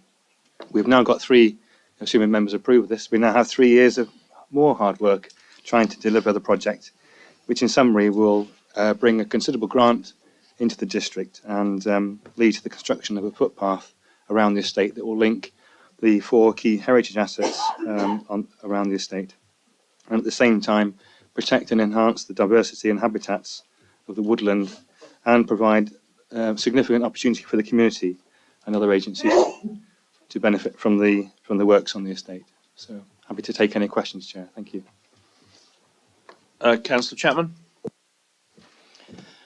Thanks, Chair. It's not a question really, Rob. I'm sure everyone here will join me in congratulating you and your team on having had personal experience with HLF funding. You've had a few hoops to jump through. You've still got a few more to go through, and it's a commendable project, both from the social aspect and also from biodiversity and ecosystem services. Everybody applies to the Heritage Lottery Fund. They get thousands and thousands of applications, and to succeed with this bid is really a good reward for what must be massive hard work. The interesting point that I saw in paragraph 11.1, that grant funding will be paid in arrears on a quarterly basis based on evidence of expenditure to the funder. That's when your work really starts, Rob. Thanks. Councillor Gamble, can we try and keep this session to questions? No, sorry, I've just realised I've answered my own question reading it. That's even Excuse better. me, Chair. Can I move it? Can I move that? Yeah. Yes, if you want to move it. Can we have a seconder? Okay, Councillor Donnelly. Thank you. Any more questions? We move into debate anyway. So, Councillor Froggatt, are you down? Yeah, thank you, Chair. I was actually going to move it, but I'd just like to thank Rob and Marie-Christine and all the members of the Friends of Hurst Farm. It's such a good news story, and I just think we have to applaud all the hard work that's gone into it. Thank you. Thank you very much. Councillor Burford. Yes, I'd like to endorse what other members have said and congratulate Rob Coggins and Marie-Christine Schmidt and their colleagues who've been involved in this fantastic project. Obviously, it's been going for some years now. The work that Marie-Christine in particular has put into the efforts and improvements on the ground have been very, very impressive. I think myself and Sue and Councillor Hughes here were very pleased to participate in the funding bid when the Heritage Lottery Fund people came to a meeting at Hurst Farm at the Farmer's View, and we could make our contributions to hopefully to endorse the proposals and reinforce the case so that they did get this this good news story in the end. So I think I just wanted to comment or ask about the balance of 140,000 match funding. Does that, I may have missed it, but does that include contributions in kind? Thank you, Chair. Yes, so that includes an assessment of the volunteer time that's been costed. I think it was 54,000, and the rest is from existing council budgets, which, for example, includes the apprenticeship posts, so the salary costs of that and other things.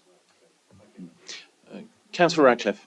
Thank you, Chair. I fully endorse and support the comments of my colleagues, and again, well done to Rob and the team here. I mean, isn't the important aspect of this heritage trail not just that it's an investment into a disadvantaged community that improves the well-being of the residents there, but my word, if you look on page 37 of the report, the climate change implications are quite laudable. And I note with pleasure too that in paragraph 10.3 there's even a comment about the equipment that will be used in the tasks that are required. So I think it's well done all round, and I'm particularly pleased to say that the climate change implications of the investment are noteworthy. Great. I haven't got any other speakers down. Very briefly. Yeah. Thank you. Very, very briefly. Members may not be aware, but Matlock Civic Association has just published a Jitties Trail, and it ties in quite closely with this, actually. It's a very comprehensive guide. If you want to buy it, it's about £5, including a splendid colour map. Yeah. And it includes all the jitties, or the public footpaths that are used. In fact, most people don't realise how many jitties there are around Matlock. And, of course, these paths that are going to be improved as part of this project are included in that guide as well. So I think the enhancement of this trail around the Highhurst Farm is going to pay dividends in terms of the footpath or walking experience, shall we say, of people who use the footpaths in Matlock. That's great. Can we move to the vote? All in favour?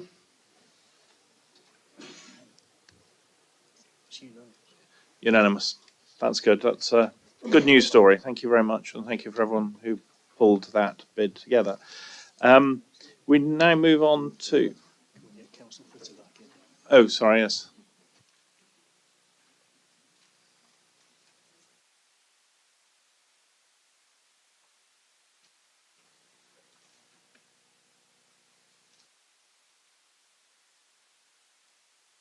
I thought you'd bring coffee in for all of us. That's another story. Can we now move on to item 13, which is capital programme budget monitoring 22-23 and further capital projects proposal, which was sent out as a separate paper. Karen, you've got to speak to this, I think.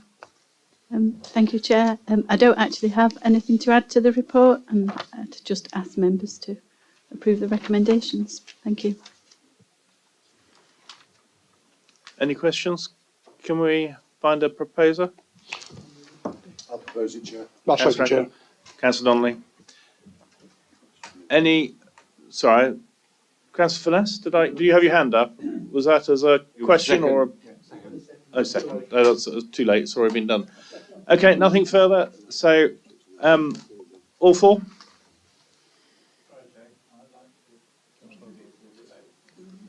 Oh, sorry. Yeah. You've missed it. He's missed it. I think. What I wanted to say, Chair, I think, while not being critical of this report, there's hidden in it are quite a number of what I would call policy decisions rather than financial decisions.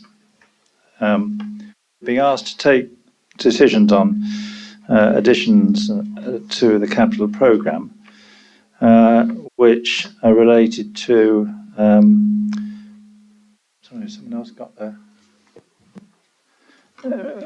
which are related decisions which we may or may not have taken. If I give you two examples, we're now being asked to spend over £800,000 on this town hall building. Now, I have to say, at this point in time, I question the need or the rationale for spending nearly £1 million on a building which I understand is no longer used to its full capacity.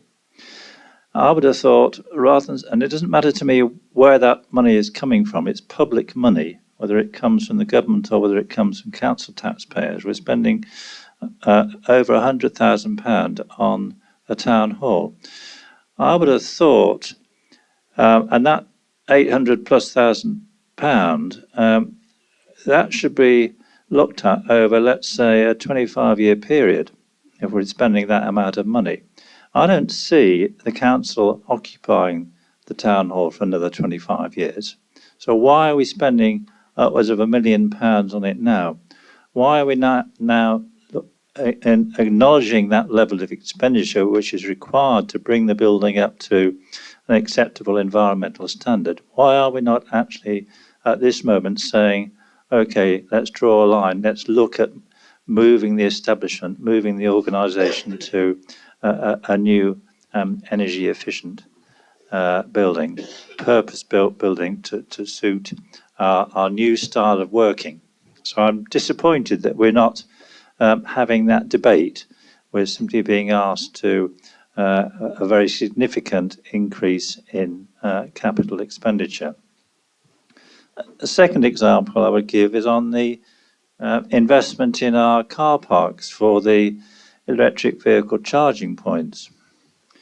Now, we're told that there are two models that we could use to bring about the installation of these charging points. The 40% that has to be found over and above the government grant.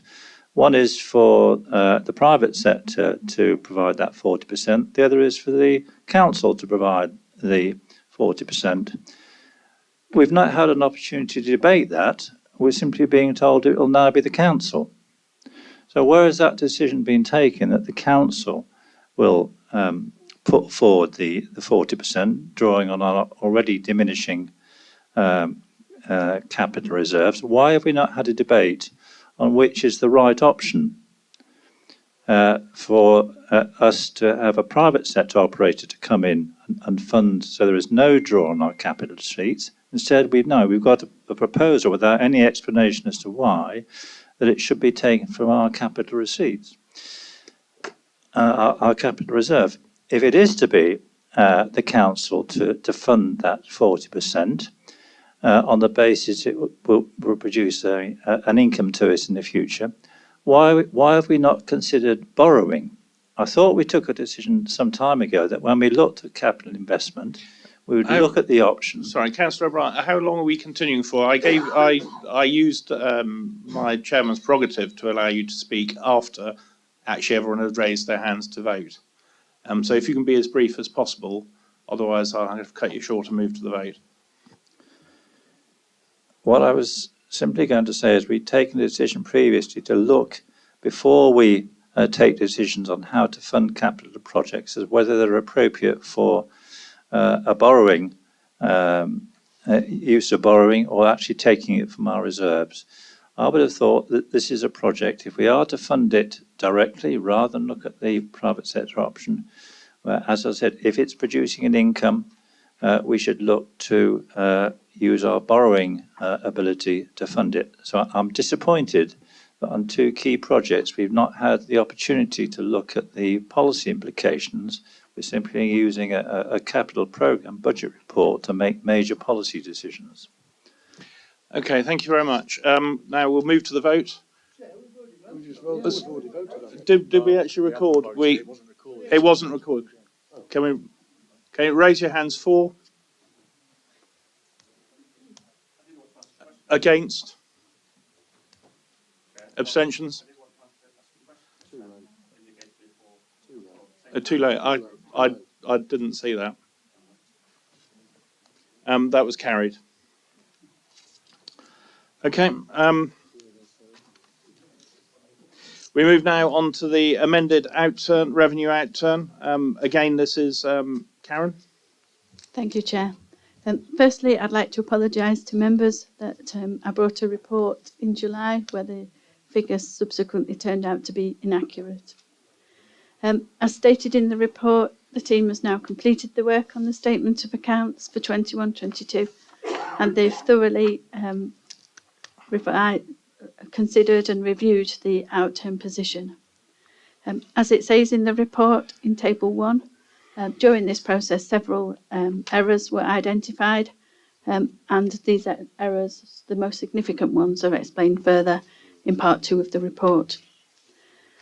As members will appreciate, closing the accounts of a local authority is a very complex and technical process, and as members are also aware, we have had difficult staffing situation in the financial services team over the last 18 months.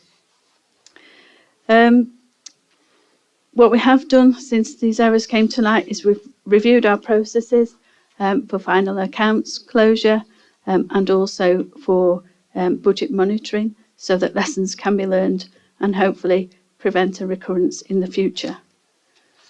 As the report says, the accounts are still subject to audit, and it is possible that they'll find further errors, though I hope not. And depending on the type of error, that will be reported to Governance and Resources Committee or full council. And also, as the report says, we are now taking steps to ensure that we should have adequate resources in the financial services team going forward, though we are dependent on attracting the right applicants to our jobs. The report recommends that the additional surplus of 1.7 million is transferred mostly to the general reserve, with 52,000 going to the committed expenditure reserve.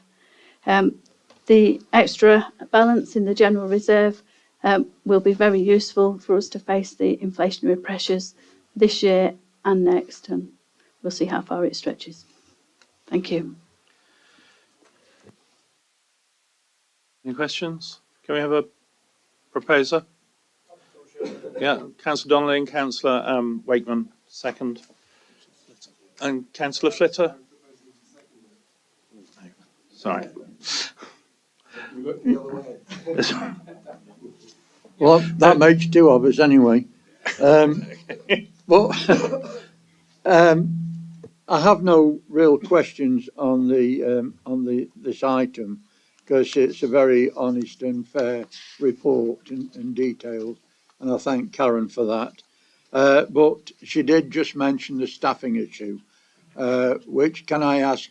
I mean, you did say we will be okay in the staffing and the resources department, but where are we at this moment in time? Because it's been going on for some time, and I'd like to think that those staff are ready to be put in place. Well, I'd like to think that too, but so basically we've just advertised 3 positions that closed earlier this week. There was the senior auditor position, and we're going to be interviewing for that next week. There was a principal accountant, and again we'll be interviewing for that next week. And the 3rd post was the senior accountant. This is the post that's been vacant for over 12 months, and we didn't get any suitable applications for that one. I have had a discussion with Paul Wilson about that this morning, and we are going to be looking at seeing if we can find other ways rather than direct recruitment to fill that post. We have been using agency staff to fill some of the positions, but by their very nature, some of the agency staff don't want to stay very long, and that has caused disruption within the team because they're constantly having to train somebody up who then goes away. So there is a balance, and we've had mixed success with some of the agency staff. Some of them have been very good, some not so good. The other thing that I mentioned in the report that we're doing is the senior staff in the team are doing a review of the roles and responsibilities of people within the team, so that we can check that if we did get everybody in post, that we've got suitable establishment. And one of the things that has emerged in terms of succession planning is it would be good to have a trainee post, so that instead of having to rely on advertising to bring in qualified accountants, we start to grow our own. So we're looking at that. That members be kept informed of the situation and where we are at any particular time on the staffing issue. It is important that we keep on top of our financial affairs. Thank you very much. Councillor Allison. Thank you, Chair. I think Karen's partly answered my question anyway, because I was listening to the response you gave to Councillor Fitter, which was that you were intending to advertise these posts, but then that seemed to conflict with the review. You've got the new financial services manager undertaking of the roles and responsibilities. And I mean, speaking personally, if I was an applicant coming along for a job and I was then subject to some sort of review of the post that I was applying for, I think that might deter me in some way from applying for it. So I just wonder how those things, how you see them fitting together. And maybe you've already answered it, but I'd just like to get your take on, if a potential applicant comes along, are they then subject to some sort of restructure after that? Thank you. I think the review is more aimed at considering whether the resources are sufficient. So there won't be a risk of any posts being deleted or anything like that. It's also about making sure that we've got the right skills at the right level. So the types of positions we're advertising for here, the skills for those that are required, I don't think will change. We're looking for qualified staff, basically, with knowledge in specific areas. The restructures are partly about the skills of the staff below the qualified level, and whether they can be upskilled so that they can release some work from the more senior staff and provide more support to take some of the pressure off the senior staff. Have I covered everything you asked? Yeah, can I just come back on that? Because there was, I think it was 18 months ago, you did a similar exercise. So are you saying that that didn't solve any of your issues at that time? You're right, we did. We came, I think it was January 21, with a new structure. And we've never actually had everybody in post since then. So it's been difficult to say whether it's worked. But what has emerged lately is, that there are still some single person dependencies. And we want to address that in the restructure. And we think because of the continued vacancies, there's a big backlog of work.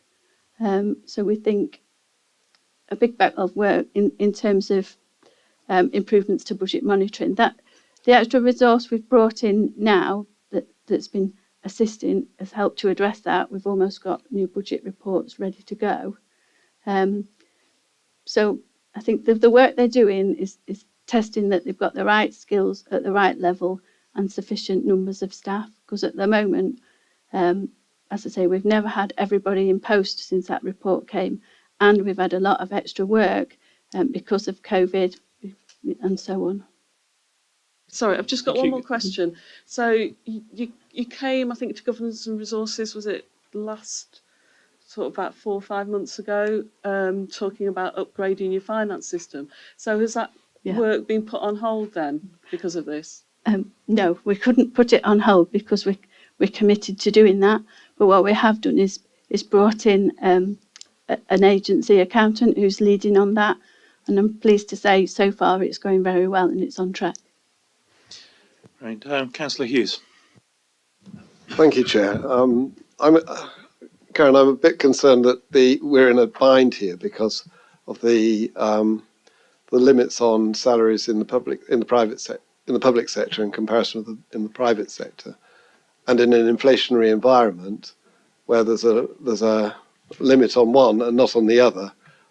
that the differential is going to get greater, and will lead to loss of staff and further loss of staff and difficulty in recruitment in your area, and also probably in James McLaughlin's area as well, in particular. So, is there anything that the council can do to override those limitations, or should Mr. Wilson be writing to whoever it is now who's responsible for local authorities, saying that this is a real problem? You're right, it is a real problem, and it's not just here. It's across Derbyshire as well that I'm aware of, and I think Councillor Purdy referred last week to the East Midlands Council that he's on, having the same issue. We have, in this last round of advertising, we added market supplements, which we can do up to 15% under our recruitment policy, and we trialled a new welcome payment. We also accepted CVs so that people could apply much quicker and easier. And I think that has had some success. One of the reasons why I think a trainee post would be good is that I think that the salary differential lower down the scales is not as much. So if we can start to grow our own, I think that'll help. But I don't think there's any easy answer. I think you're right. The problem is the growing differential with the private sector. And I don't know if Paul Wilson wants to come in because he's head of paid service. But we'd love to give all our staff an increase, particularly those in finance and legal. But there are then job evaluation issues. So beyond the market supplement, it's difficult to increase salaries. And then there's the affordability of it. Is there anything you want to?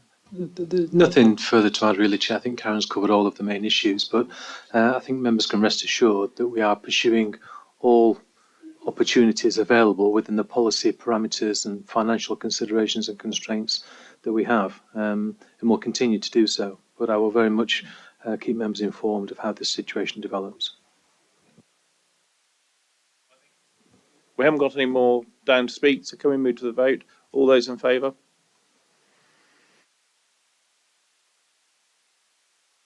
I think that's unanimous. Yes.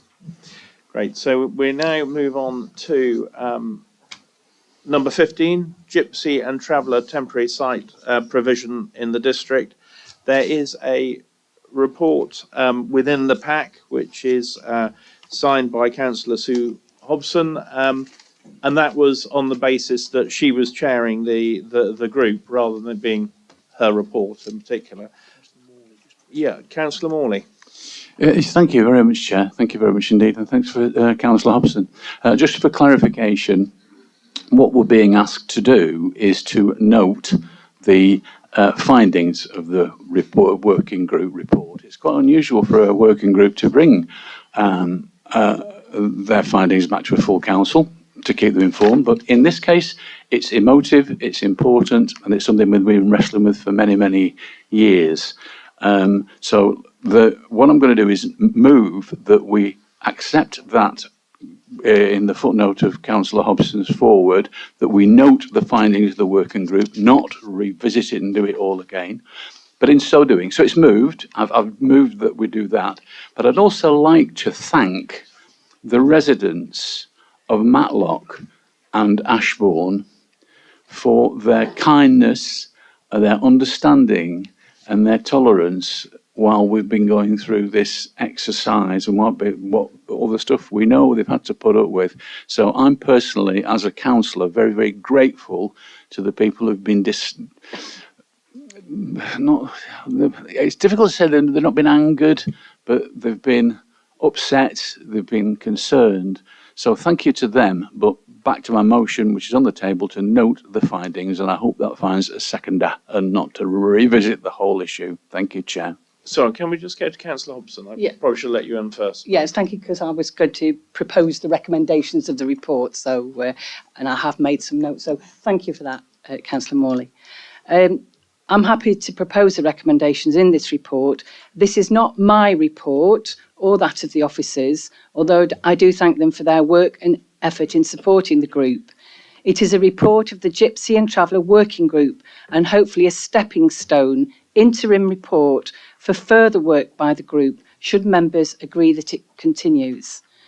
Derbyshire Dales District Council have a duty of care to certain homeless traveller families in our area and must try to fulfil our obligations. We must also consider the views of our residents, businesses, parish and town councils.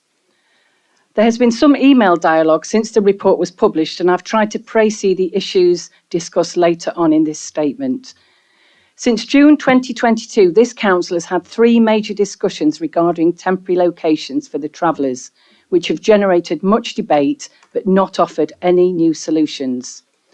The group was set up to be politically proportionate and to look at the remit in a non-partisan way. For years, there has been no different approach to this issue, and we wanted to work in a calm and considered way to follow the remit we were given. Following a timeline issued to all members of the group and with an urgency to prepare for a proposed emergency meeting mid-November, we proactively arranged site visits from the first week to fit in with the other commitments of the group members. I'm sure those members that spent 2 full days on the site visits together found them invaluable. Visiting the sites using the matrix documentation prepared by the officers and also having dialogue each week with officers present as well as the other members and listening to their views and those of their wider communities. We also took on board views expressed at previous meetings and statements from other interested parties. At the outset, Councillor Fitter said this could not be a desktop exercise. Using documentation provided by the Council, the members first visited all the sites coded green by officers. The consensus of the group was that none of these sites was suitable, so the group decided to visit the next section of sites on the list. None of these were deemed suitable either. Some sites not under direct Derbyshire Dales District Council were suggested worthy of urgent further investigation, together with independent consultant support to our officers. But for legal and other reasons, I am not able to disclose these locations publicly.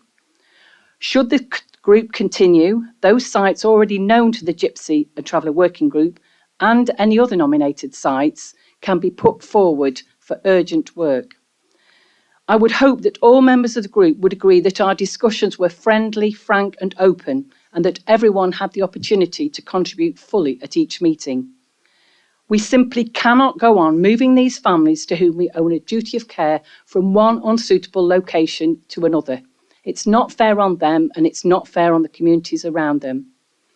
As a result of the final meeting, of which 9 members out of the 11 attended, a consensus was reached and the recommendations you see before you were agreed. You will see before you a map of the area of the Matlock Bath car park that the travellers are now on. Before the 31st of January, Council have to meet again to agree a further temporary tolerated site. Councillor Purdy and myself have already been in dialogue with officers to ensure that the Matlock Bath has proper facilities and adequate fencing for the privacy and safety of the family concerned. There remains an urgency to this matter, which is why members of the group are keen to continue with their work, as we remain optimistic that with further work, we can find other temporary tolerated sites. We as members must demonstrate that we are trying to find a fairer way forward for the traveller families and the residents and businesses of the Derbyshire Dales, and I would ask you for your support. Ultimately, this is a decision for members, and I ask that they consider a new approach to this long-standing issue. Thank you. Yes, thank you, Chair. I'm going to try and encourage everyone to vote for the recommendations here, and they are recommendations, incidentally. It's not just that the report is to be noted, but there are actions to take on the recommendations. It is something of the order of an interim report. There is still extra and additional work to be carried out. But just before I do support Councillor Hobson and seconding the report to you, I'd just like to refer you just once more to the Matlock Bath Station Yard car park map, which very clearly delineates the area that is under consideration. And I think this is extremely important that you do note the detail here and you have an understanding, as it were, of what it is that we are recommending within the report that seems somewhat against, as it were, this disputed point about the 31st of January 2023 as being some sort of arbitrary a date there. Those who know this area and are aware of the area being marked here in blue will know it's well outside the main user area of this car park and certainly well away from any coach parking area. The reason that the 31st of January 2023 was put in was to some degree to assuage the concerns of Councillor Purdy, the ward member for this area, who had a verbal agreement with Gulliver's Kingdom, which was brought about by encampments of other travellers that used to this site in the period 2019-2020, whereby there was a sort of park and encampment on the main area there. At the time, that there was concerns put forward by the owner of Gulliver's Kingdom, and it was agreed that any further encampment there, any further sites should only be there until the 31st of January, when the user traffic for Gulliver's Kingdom would start again. This particular recommendation that we are suggesting would in no way cause any disruption of the coach parking, since it's well outside that area, and certainly no one entering the park parking areas would have visibility of that site. The work group, I should say, the working group, as Councillor Hobson has stated, have further work to do. I believe there's a meeting again next week when hopefully we'll be able to engage with Councillor Purdy and have this 31st of January date actually removed, since it doesn't have any bearing upon what we are suggesting, but it's there temporarily, as it were, in this current report. So I just like now to give you a further appraisal, as it were, of the work that we've been doing and why I feel that everyone should be supporting this. It's obviously been an incredibly difficult task to undertake. Indeed, when I volunteered for the work group, I had visions of accepting something of a poisoned chalice, as it were, and was certainly well prepared for any sleepless nights following discussions when those thoughts would still be circulating around my head. But the difficulty of any task is no excuse, of course, for not attempting it. And the task was certainly one that many would have shied away from. It's been a number of years that the council members and officers have spent trying to resolve. There never was an easy solution to the provision of either a permanent or temporary site. And as has often been stated, if that were the case, it would have been found by now. There were 5 political groups being represented in the worker group itself. Never an easy amalgam. It's very difficult, as I know myself, not to be influenced by one's own political philosophy.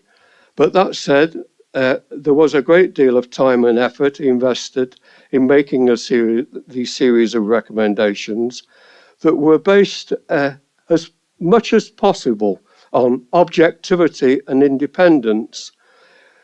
The group were at pains to try and avoid the usual impediments of stereotypical responses, discrimination and such like. Of course, the concerns of parish councils, residents and commercial representation could not be overlooked, nor should we discount the views, of course, of the 2 primary traveller families. The group always sought to try and make unanimous decisions where possible, but certainly at the last resort allow for a majority view to prevail. The need to have site visits and a number of meetings that we had, coupled with the very severe time constraints of producing the report, put a great deal of pressure on everyone involved. However, what I feel has been produced is a credit to all those involved, and it's certainly one of the most detailed and comprehensive assessments of the traveller dilemma. I don't doubt that some members may still have reservations about certain details in the report, but I ask that we show some solidarity this evening and accept the recommendations and go forward in a positive fashion. Of course, this is not the complete answer, but is perhaps the first step in moving towards an acceptable, even if temporary, solution for all involved, and not least the travellers themselves. Thank you very much, Councillor Radcliffe, and that's helpful putting it all in context as well. Councillor Hughes. Thank you, and thank you very much, Councillor Radcliffe. I thought that was a wonderful speech and puts it all into context. I had some questions, but I think you've answered most of them. But one slight confusion I have is whether the traveller family has already moved to the site in Matlock Bath or not. If they have already moved. Okay, thank you very much. Just a bit of clarification that James told me regarding it's the Heights of Abraham, not Gulliver's Kingdom, and it is the coach parking area. Sorry, no, that's right. I just thought I'd clarify for, yeah. Councillor Burfoot. I think Sue spoke to James McLaughlin this afternoon or this morning, and he agreed that I could read a statement, Sue, for the meeting tonight. Can I do that now? Yes, far away. Yeah, right, okay. She says, as I have COVID and am unable to be at the meeting tonight, I wanted to give you 1 or 2 of my thoughts. No one at the council can fail to acknowledge our duty to provide sites for these families for whom we have a statutory duty. Councillor Hobson is correct that members of the working party, including myself, and also officers of the council, have, of course, put in a lot of effort and time visiting the sites, meetings of the working group, etc. My concern is that, unfortunately, for whatever reason, we have not achieved what I hoped we would achieve, that being a consensus for at least 4 or 5 agreed temporary sites, including at least one in the Ashbourne and south of the district where one family need and want to be located. So where do we find ourselves? One site at Derwent Way in Matlock and one site at the station coach car park in Matlock Bath, but only there until the 31st of January 23. This is because one particular tourist attraction do not want travellers on what is our car park because coach drivers are reluctant to park there. This surely could apply to any of our car parks, and if we had more temporary sites agreed, they would only be there for 8 weeks, as far as I understand. In fact, it's a question I was going to ask as well.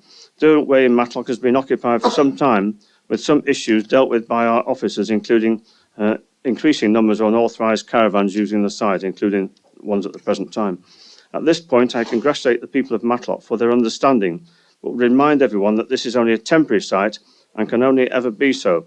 Clearly, more temporary sites are needed, and we must look at the possibility of both council-owned and non-council-owned land, including the depot site at Watery Lane in Ashbourne. One of these families clearly want to be in this area of the district. I cannot fail to point out to members that we would not be in this difficult position if, at the council meeting in July 2021, members of the controlling group had not stopped officers having delegated authority to direct gypsy and travellers families to negotiated stopping places, of which 7 were put forward and listed in various parts of the district. Finally, we must mention the needs of the families themselves. Their views must be listened to, and I trust this will happen, and soon. Great. Was there anything that you briefly wanted to add for your own? Yes, I suppose I did have a right to speak as well. I wanted to ask 1 or 2 questions, because there's several recommendations here. For instance, in clause 3, what utilities are beyond the existing provision are proposed for the Derwent Way car park in Matlock. I don't think Matlock residents and members, and as a ward member, feel strongly about this, want to see the car park excavated and surfaces put in to make it almost a semi-permanent site. That's one question. The other thing is, I think, as I mentioned, or Sue mentioned, in fact, how frequently will these traveller families be moved from one temporary tolerated site to another? Is it going to be every, I think it was suggested last year, every 8 weeks or so? Is that going to be the same, assuming we do have a group of sites that can be used for that purpose? And it also says in item 5 that the group will continue to investigate and evaluate other sites that have been identified in the southern and central areas and not in the ownership of the district council. Are those new sites or ones that have already been listed? Are they completely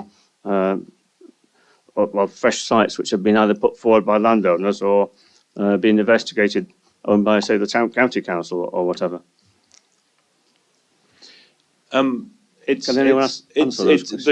As it's moved, as the paper is the working group's paper, it's a question if the working group can answer your question or whether you can reach a conclusion and debate. Well, perhaps they should consider that when they have their next meeting then. But I must say I find the whole process very frustrating, and I'm sure officers do as well. They've been long suffering in this respect over several years now, in fact. And the whole process, I think, looks shambolic, particularly to our residents, and unfair in geographical balance. I think, as Sue said, officers did produce a list of reasonable options last year, and they were all virtually rejected, apart from Derwent Way Matlock. So we're bearing the brunt of the issues that obviously you get when you have an urban site as opposed to a more rural site, where other families who are known to the main family we're protecting get the impression that, oh, there's a very good site in Matlock, it's well paved, etc., close to services, close to shops and so on, showers, whatever you want, toilets, and come along and join us. And that's the impression we get in Matlock, because periodically we get swamped, if you like, by, say, another half a dozen travellers, and they park all over the car park, and that's when local residents do become exasperated and want them to be contained behind a fenced enclosure. And particularly with the family now moved to Matlock Bath, one of their family has got mental health issues and he needs to be contained behind a fence. So that's what I think. Okay. So I was going to move on to Councillor Anderson, but before we do that, can we vote to extend the meeting for as long as appropriate to get through a bit more of the agenda? Can I have a proposer? Move it second. Okay. All in favour? Thank you. That's great. Councillor Anderson. Thank you, Chair. I just want to say that I agree with everything, the statement that Councillor Burford read out. I agree with what Sue has said about her disappointment in not being able to find a site in the south of the district. I was part of the group, and yeah, and I think that a consensus was reached, but I wasn't part of that. In the end, it came down to what Councillor Ratcliffe said was a majority decision, and the majority of people on the group were the leading group. So I think we know where the decisions have been made and why they've been made. The question that I have, and I'm not sure if Councillor Ratcliffe has sort of answered it anyway, what are the consequences of us not meeting that deadline of the 31st of January? Apart from the fact that if we approve that at this meeting and we give that target to our officers, they're the people who are going to be under fire for not actually achieving it. So Councillor Ratcliffe's alluded to some sort of meeting that I wasn't aware of taking place. As a member of the working group, if you allow me just to reply as best as I can to my work group. Councillor Ratcliffe, I understand you want to speak. Oh, Can I'm sorry. I thought you haven't finished. I thought you finished. I think I want to know what we're actually approving here. Are we saying that you as officers have to have everything in place to move the travellers to another site? That's all the legal negotiations with private owners, having a site that we can actually say at a particular point in time they will be moved. Yeah, yes, James, if you could answer that, thank you. Thank you, Chair. So the recommendation before you in terms of the site at Matlock Bath Station Yard car park with a limit until the 31st of January. If council hasn't designated an alternative site for that specific family to go to at that point, officers won't be able to require them to leave or seek an eviction. Well, we could attempt to seek an eviction order from the courts. If we didn't have an alternative site for them to go to, it might be difficult. It probably would be very unlikely that we would get that order and that they would be able to move to another site. So that timescale that is set out in the working group's report will be extremely tight, depending on which sites council eventually decides to designate as alternative sites for the travellers to go to. In the event that council doesn't make a decision on that, I think it's fair to say that we wouldn't be able to move them from that site come the 31st of January because we wouldn't have an alternative place to send them to. And as we have a statutory homelessness duty to them, that's the overriding consideration in terms of the decision-making process. So I think the recommendation, if I can just comment on the working group's report, the recommendation for the working group to continue is an absolute necessity, and it will need to move at pace to bring recommendations back to this meeting so you can make a decision as a council. Does that cover the points that Councillor Ratcliffe was going to clarify? I just wanted to comment, Chair, about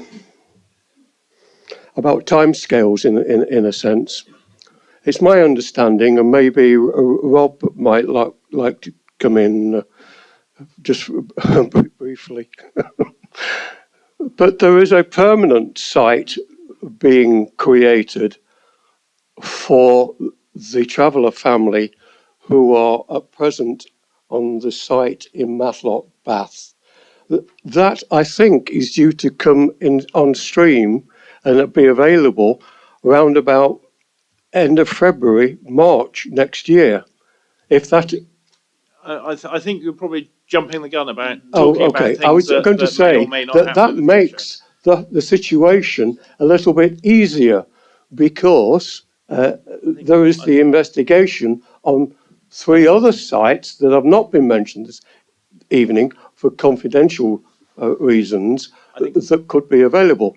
On this 31st of January date, when I saw that, I was totally against it because it's been created out of a misunderstanding, a misapprehension of what was being offered as a temporary site at Matlock Bath. I would have preferred it had that been removed altogether from the recommendations this evening, because I don't see the validity of it. It's unnecessary to have it. I think, yes. And my concern is that we've got a paper in front of us and recommendations. We want to be careful we don't end up by unpicking everything to make the paper. Can we go to Councillor Wakeman, please? I'd just like to thank the working group and hope the working group carry on. Thank you. Councillor Wayne? Thank you, Chair. Are we in debate or questions? Debate. There might be the odd question because I do want to ask that. But what I'm telling you, sorry, my point about saying that, any questions you ask could be answered by the working group. They won't be answered by. Well, let's hope some can. So, but we'll see. Obviously, I too am disappointed by. I think the working group have done a good job. I've been hearing it from our side. Well, the council, our one council's side, from the members who I speak to. I mean, obviously, I'm disappointed in the numbers of sites that have been, and it does all seem to have come back to one particular area, the central area, Matlock. I'd like to ask a question, one of the questions. What's the difference between a business expressing concern about travellers at Matlock Bath when businesses have expressed concerns about travellers at Matlock 2 years ago? What's the difference there? I mean, are we as an organisation putting the profits possibly of one company at Matlock Bath above the welfare of these homeless people in the middle of winter, and we're saying the 31st of January? I've policed that area for many years, and I've seen the travellers on that car park, and they've been there for significant amounts of time, and at the end of the day, they can go on there at least up until the 31st of March when Matlock Bath starts to get busy. I think it's totally absurd that this date has been plucked out of the air. And it frustrates me greatly because it's another date and another thing where certain members put their finger up in the air. It's like the Tansley site. We've wasted thousands of pounds on that. It's like the projected one at Northwood Lane near the site at Roseley. I mean, of everything, but it was wrong. And there's been so many false promises, and they've come from certain parts. And my final point is that we wouldn't be having to discuss this now if we as one council had accepted Mr. Braun's recommendations in July 2021, but for a political decision, a political motion put forward by the group opposite to not have temporary controlled sites. Thank you. I think Councillor Hobson was going to respond to some of those. Thank you. I'm not going to respond specifically to those points. What I want to say is that the Gypsy and Traveller Working Group want to continue to do their work. We do have some further sites going forward. We can start next week actively on with those sites. So please just give us a chance. As we said earlier on, Councillor Wayne, we've had hours and hours, meetings and meetings of debate. We do not need to go through all that again tonight. And even though I'm nominally the chair, we are a group. You know, as Councillor Ratcliffe has made the point, you know, let's, in a calm and collected atmosphere of the working group, look at the 31st of January and look at how we go forward. That's the way I'd like it to work. And I cannot really see any point in, you know, your group members can contribute. Anybody that was at those meetings will tell you that everybody had fully had the opportunity to speak and contribute. Even though it's it's members, can I still come back on that point, please? I think we probably. I'm just quite conscious of the time. I'm conscious too, but so you're not prepared to answer the question about what's the difference between Matlock Bath and Matlock in relation to a business? That was the question I put to you. Are you able to answer that question, please? Councillor Wayne, there's no need to talk like that. Can we just, you know, well, there's no need to speak like that. So I think we need to move on, and it's not supposed to be an interrogation of the chair of the group. It's you know. Anyway, can we move on to Peter O'Brien? So I've got Peter O'Brien, Councillor Flitter, and Councillor O'Brien, Councillor Flitter, and Councillor Murphy, and I think we need to move to a vote. My hand's up and James acknowledged. Okay. Councillor Gamble. Sorry. No. Where we got Councillor O'Brien. Me. Andrew, thank you. I'm not going to revisit previous discussions and arguments. I do think the working group collectively has done a good job.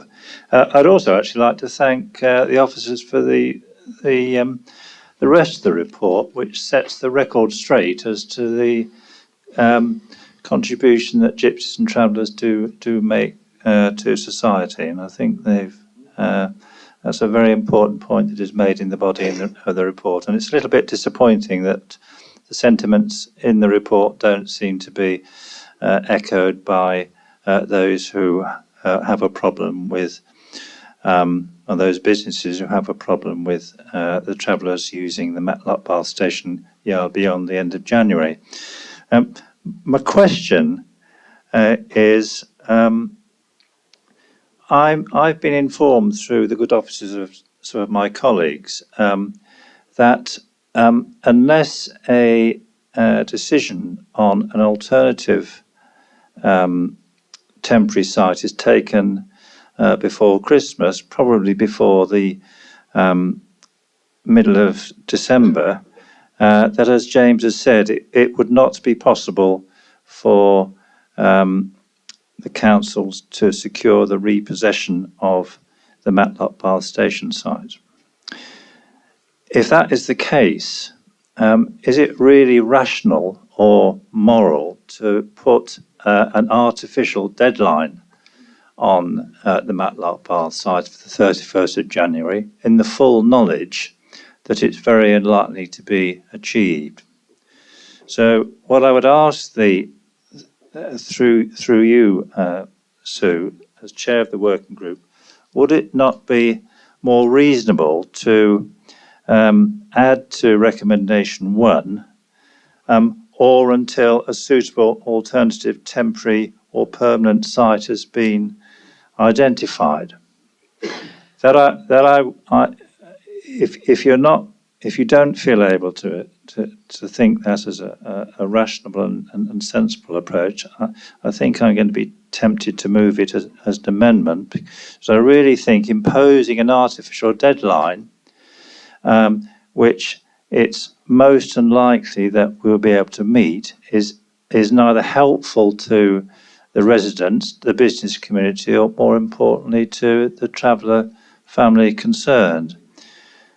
So what I would suggest is, what I would ask you to consider, Sue and colleagues, that with those additional words, or until a suitable alternative temporary or permanent site has been identified, that actually gives additional incentive to the council to agree that alternative site in order to achieve a 31st of January deadline without actually formally including it in the way we have. Peter, I don't actually think the format of the working group, we had a consensus of recommendations going through, so it wouldn't be my place to change, not my place to change the recommendations. I think we've already taken on board the comments that other members have made, and we will address those issues at our next meeting, should this group be allowed to continue. Well, in that case, I would like to formally move an amendment to recommendation 1, with the addition of the words, or until a suitable alternative temporary or permanent site has been identified.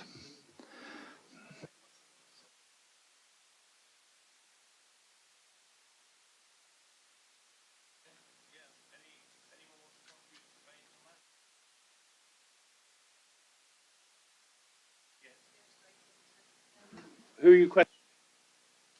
Sorry, who? Yeah, sorry, we're talking about the amendment that's just been moved. So I'm not sure who you're asking the question of. But it's about those. Can I ask a procedure question? So before this was put forward, I had some questions on the report. Am I allowed to put them now, or? Do they have to wait till after the amendment's been voted They have on? to wait till the amendment's been voted But, on. and you'll come back to questions Yes. then. Thank you. Yes, sorry, I've got you still on the list. So no one else is going to add to that. So who's in favour of that amendment? Those for? Those in favour of the amendment. Of the amendment. O'Brien's put forward. Yes. Sorry, can you just explain? Sorry. Yeah, sorry. The vote is on the amendment, which is, can we have the exact wording, which is? Yeah, Councillor O'Brien proposed that the words "or until a suitable temporary or permanent site has been identified" be inserted at the end of recommendation 1. Yes. Can I just add that it's Dr. Spock from would say that it was illogical to have a clause in a motion that could not be achieved or was very unlikely to be achieved, and hence the amendment is absolutely necessary for the council to carry on its business in a reasonable and rational way. Without that, the council will be forced into a position where it is going against the motion that was put forward. I think we have to support Councillor O'Brien's amendment, because to do otherwise would be irrational and put the council into a difficult position. Thank you. Councillor Cruz. Yeah, thank you. I think the idea of an amendment on the working group's paper should be totally sensible, and we should be able to accommodate that. So I don't think it's logical to come to a council meeting with a paper and then say, well, we can't amend it because it was reached on a consensus. That doesn't make any sense. We're in full council. We ought to be able to build on what our colleagues, the good work that our colleagues have done, the effort that they've put in, which I appreciate. I think we've got a slightly suboptimal outcome, to say the least, but they've done their best. And I think we're trying to add on that and build on that. And I think we should be allowed to do that. Thank you. Okay, can we move to the vote? Can I have a recorded vote, you think, on this, please? Yep. Thank you. Seconder for a recorded vote. Okay. Okay. Councillor Allison. For. Councillor Atkin. Against. Councillor Martin Burfoot. Councillor Buttle. For. Councillor Chapman. Against. Councillor Cruz. For. Councillor Donnelly. Against. Councillor Elliott. Councillor Flitter. Councillor Froggatt. Councillor Finesse. Against. Councillor Gamble. For. Councillor Hill. Councillor Hobson. Councillor Hughes. For. Councillor Lees. Councillor Tony Morley. Against. Councillor Michelle Morley. Against. Councillor Murphy. Councillor O'Brien. For. Councillor Ratcliffe. For. Councillor Rose. Against. Councillor Shirley. Against. Councillor Slack. For. Councillor Statham. Councillor Sutton. Councillor Wayne. For. And Councillor Wakeman. Okay.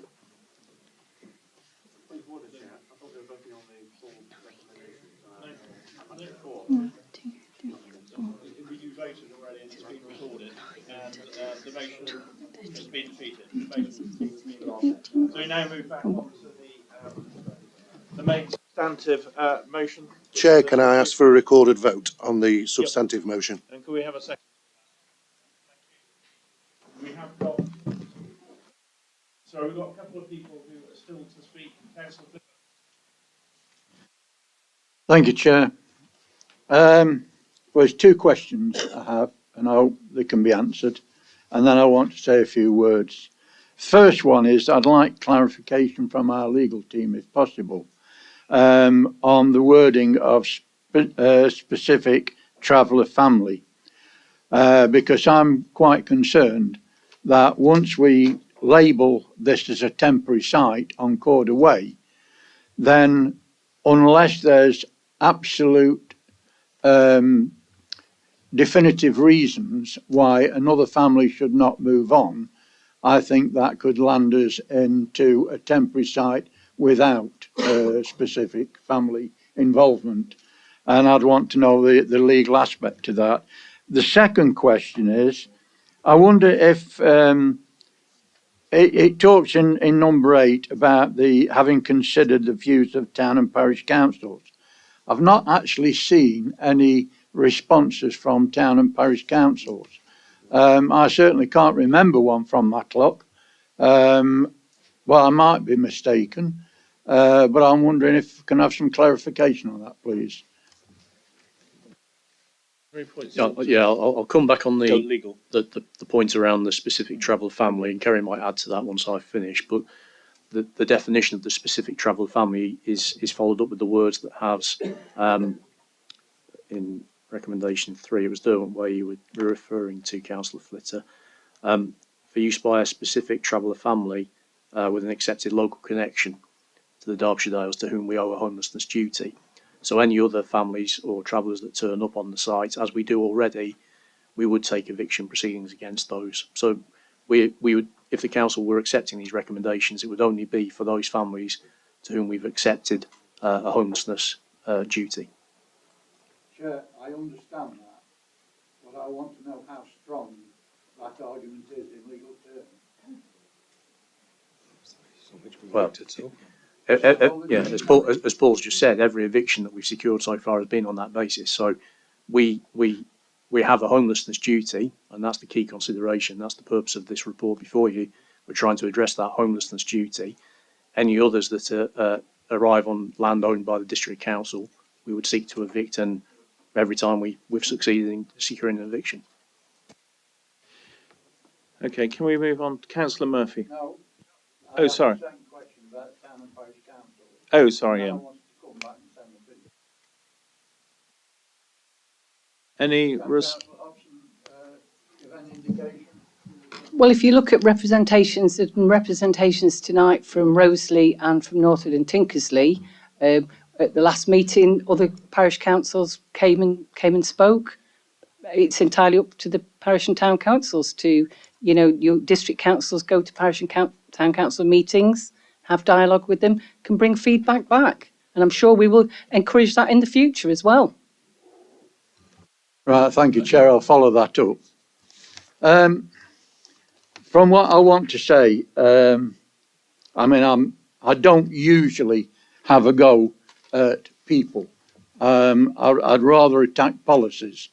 But I'm afraid, and this has no relation to the ability of Councillor Hobson and the way that she ran the working group, the site visits, or the report. And I think what she said about inclusion, I said was admirable. So in no way, but I feel shortchanged with this whole affair, and I feel misled in some circumstances. The group is set up to look at a wide range of options, and we went on, as Councillor Hobson said, we went on long site visits, and we had meetings. I hope I'm not keeping you up, Councillor Statham, but don't set me off yawning. But the thing is that everything, I attended these meetings, and then I was ill for one meeting and I couldn't get. And then everything seemed to stop. And it wasn't until I picked up from Councillor Mrs. Burfoot and Councillor Allison emails, and I'm thinking, why is this happening and why isn't it continuing? And I had no minutes, I had no recollection of what had happened at that meeting, so I was left in the lurch. And then all of a sudden, from the leadership of this council, I get an email that went round the leaders. And on that email, it used language like, not over my dead body. And then everything stopped. And you have to start thinking, why? Why has it stopped? Where's the interference? A group was set up to do a job, and then suddenly it stops. I said from the outset that the timescale was too short. It's a lot of work, and I appreciate the work that members had. And it had to be a member-led. I think Councillor Sutton said it on one occasion. It had to be member-led. And that interference of that, as I term it, it was interference from that email with language like that made me think, are members being got at here? And I just switched off from that debate then. And what right has a leader of this council got to have a verbal agreement with another business? That should have come to council. That should have been noted in written paperwork. I'm sorry, but if I'm not going to vote for this tonight because I'm angry at the way that members may have been influenced. I'm not saying they were, but they may have been. Now, I don't want a leadership like that that's going to interfere with a group, a cross-party group that work well together, which is coming up with options, being cut short. That's why I'm not going to support it tonight, Chair. And things have to change where we're given the power to continue our work, bring a report back to this council, and then people can put the case forward, not on emails, because that to me was a threatening email. Councillor Hobson. Councillor Ratcliffe, I apologise. Sorry, Councillor Flitter. I apologise if you weren't aware of the meeting dates or whatever. I was going from the list that was given to us on the very first date, and actually the beginning of November date, because we were on such a tight timescale, was actually an additional meeting because we'd got to get things ready for the 15th or 14th or 15th of November, and we actually didn't.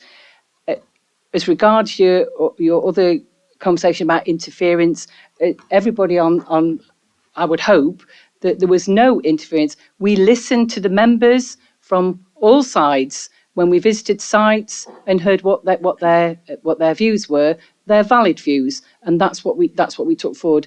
And I hope that you will continue on this group, and we can have these discussions behind closed doors and move forward in a positive way. We have got sites to discuss, and we've got to go forward in a different, fairer way for everybody. Councillor Murphy. Let me just say that the one point I forgot to mention was the Harrison Siteway. The Harrison Drive was not the land that we was told about in this council. We were told, or my inference was, that that land was the land that was fenced off, which would be suitable for the travellers. When we got on site, it wasn't. It was on the roadside of the entrance. And I think we were misled on that one. And it caused a lot of emails to and from the public who knew where the site was, but we were told wrongly at that last meeting where we made a decision. Councillor Murphy. Thanks, Chair. I was going to move that we had a recorded vote, but one of my colleagues has already done that. That's all right. And Councillor Gamble. Thank you, Chair. Just a couple of questions. One of them is actually hopefully quite straightforward. On the Derwent Way map, I see we've got DCC land marked in red and the land to be used marked in blue. There is obviously an element of the land marked in blue that isn't marked in red. Can I ask who owns that?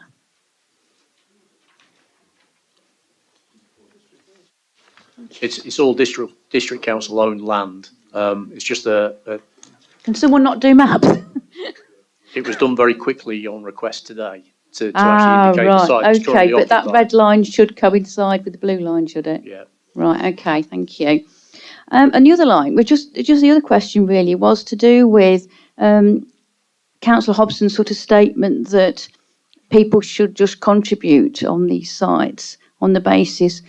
I'm just wondering what basis she assumes that people know that these sites have been visited. I'm just thinking there is one site on here on the list. If you had a business on that site, which I do, how would I have known that you were going to go visit it? I think what I meant was it's with the District Council publishes on its website the agenda items coming up, or district councillors, you know what's coming up. You go to your parish councils and you tell them what's coming up on the meetings. I wasn't talking about parish council, I was talking about businesses. I own a business on one of these sites. How would I know or input into this process? You said businesses input into this process. Well, how do I, as a business owner, input into this process? With that one, I can't. We do not contact businesses directly to sort of say that we're going on these site visits. But I can assure you that when you're there in the minibus, everybody sees you at a busy place that you're there. The word soon gets around. Well, it didn't get to me as the business owner. Can't explain that, Councillor Gamble. Oh right, okay. Were you unaware that I owned a business on that site? Strange, because this council's passed motions to give it money. Okay. I think we've discussed. No, I did have a last question actually. How confident is the group that it will actually have new site by the 31st of January? Because one thing, if we don't, our next meeting is what, 28th of January? Otherwise, all we're actually agreeing here is basically two permanent sites. I think we've gone over that quite a lot. It's been the subject of a vote. No, I asked how likely it was for there to be more sites. This is quick. All you have to say, will they be done by the 31st of January or not? Quick yes or no? We'll try our best. Thank you. Okay, can we move to the vote? It's a recorded vote. So we'll start. Yes, thank you. Councillor Allison? Against. Councillor Atkin? For. Councillor Martin Barefoot? Councillor Buttle? Councillor Chapman? For. Councillor Cruz? Against. Councillor Donnelly? Councillor Elliott? Councillor Flitter? Councillor Froggatt? Councillor Gamble? Against. Councillor Hill? Councillor Hobson? Councillor Hughes? Against. Councillor Lees? Councillor Tony Morley? Councillor Michelle Morley? For. Councillor Murphy? Councillor O'Brien? Against. Councillor Ratcliffe? I'm going to abstain on the grounds that I'm unhappy with recommendation 7. Councillor Rose? Councillor Shirley? For. Councillor Slack? Against. Councillor Statham? Councillor Sutton? Councillor Wayne? Against. Councillor Wakeman? That's been carried. I'm aware of the time. Could I move we have a comfort break, please, Chair? No. If you don't mind, I asked for the meeting to go on as long as necessary.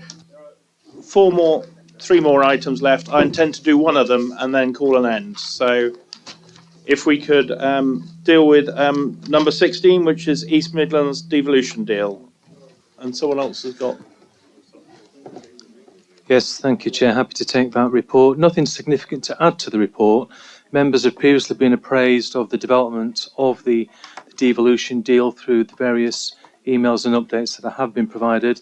And as members are aware, this is an issue which the District Council has had very little detailed involvement in. That's partly because of the process prescribed by the government and the fact that this was only to be focused upon negotiations in discussions with the upper tier authorities. But clearly, now that the in principle deal has been presented and agreed by government and those upper tier authorities are going through a process of consultation, it is important that this council determines what its position is in terms of any ongoing discussions and dialogue that does take place. So I don't intend to go through the devolution deal in any great detail. It's there for members to to digest and see what's on offer. But I think the key thing for this council is to determine whether we want to be around that table when discussions are taking place, particularly around the issue of district and borough representation. And you'll see the recommendation in the report is that I am advising council that I think it's good that we would support such a situation, because to be quite frankly, if we're not around the table, then we can't exert what limited influence we may be able to were we to be around the table. So nothing to add to the report, Chair. Councillor Atkin? Yeah, I'd like to propose the recommendations as set out in the report, so I'm happy to move it on, Chair. We got a seconder? No. Councillor Morley, you seconding? Yes. Councillor Gamble?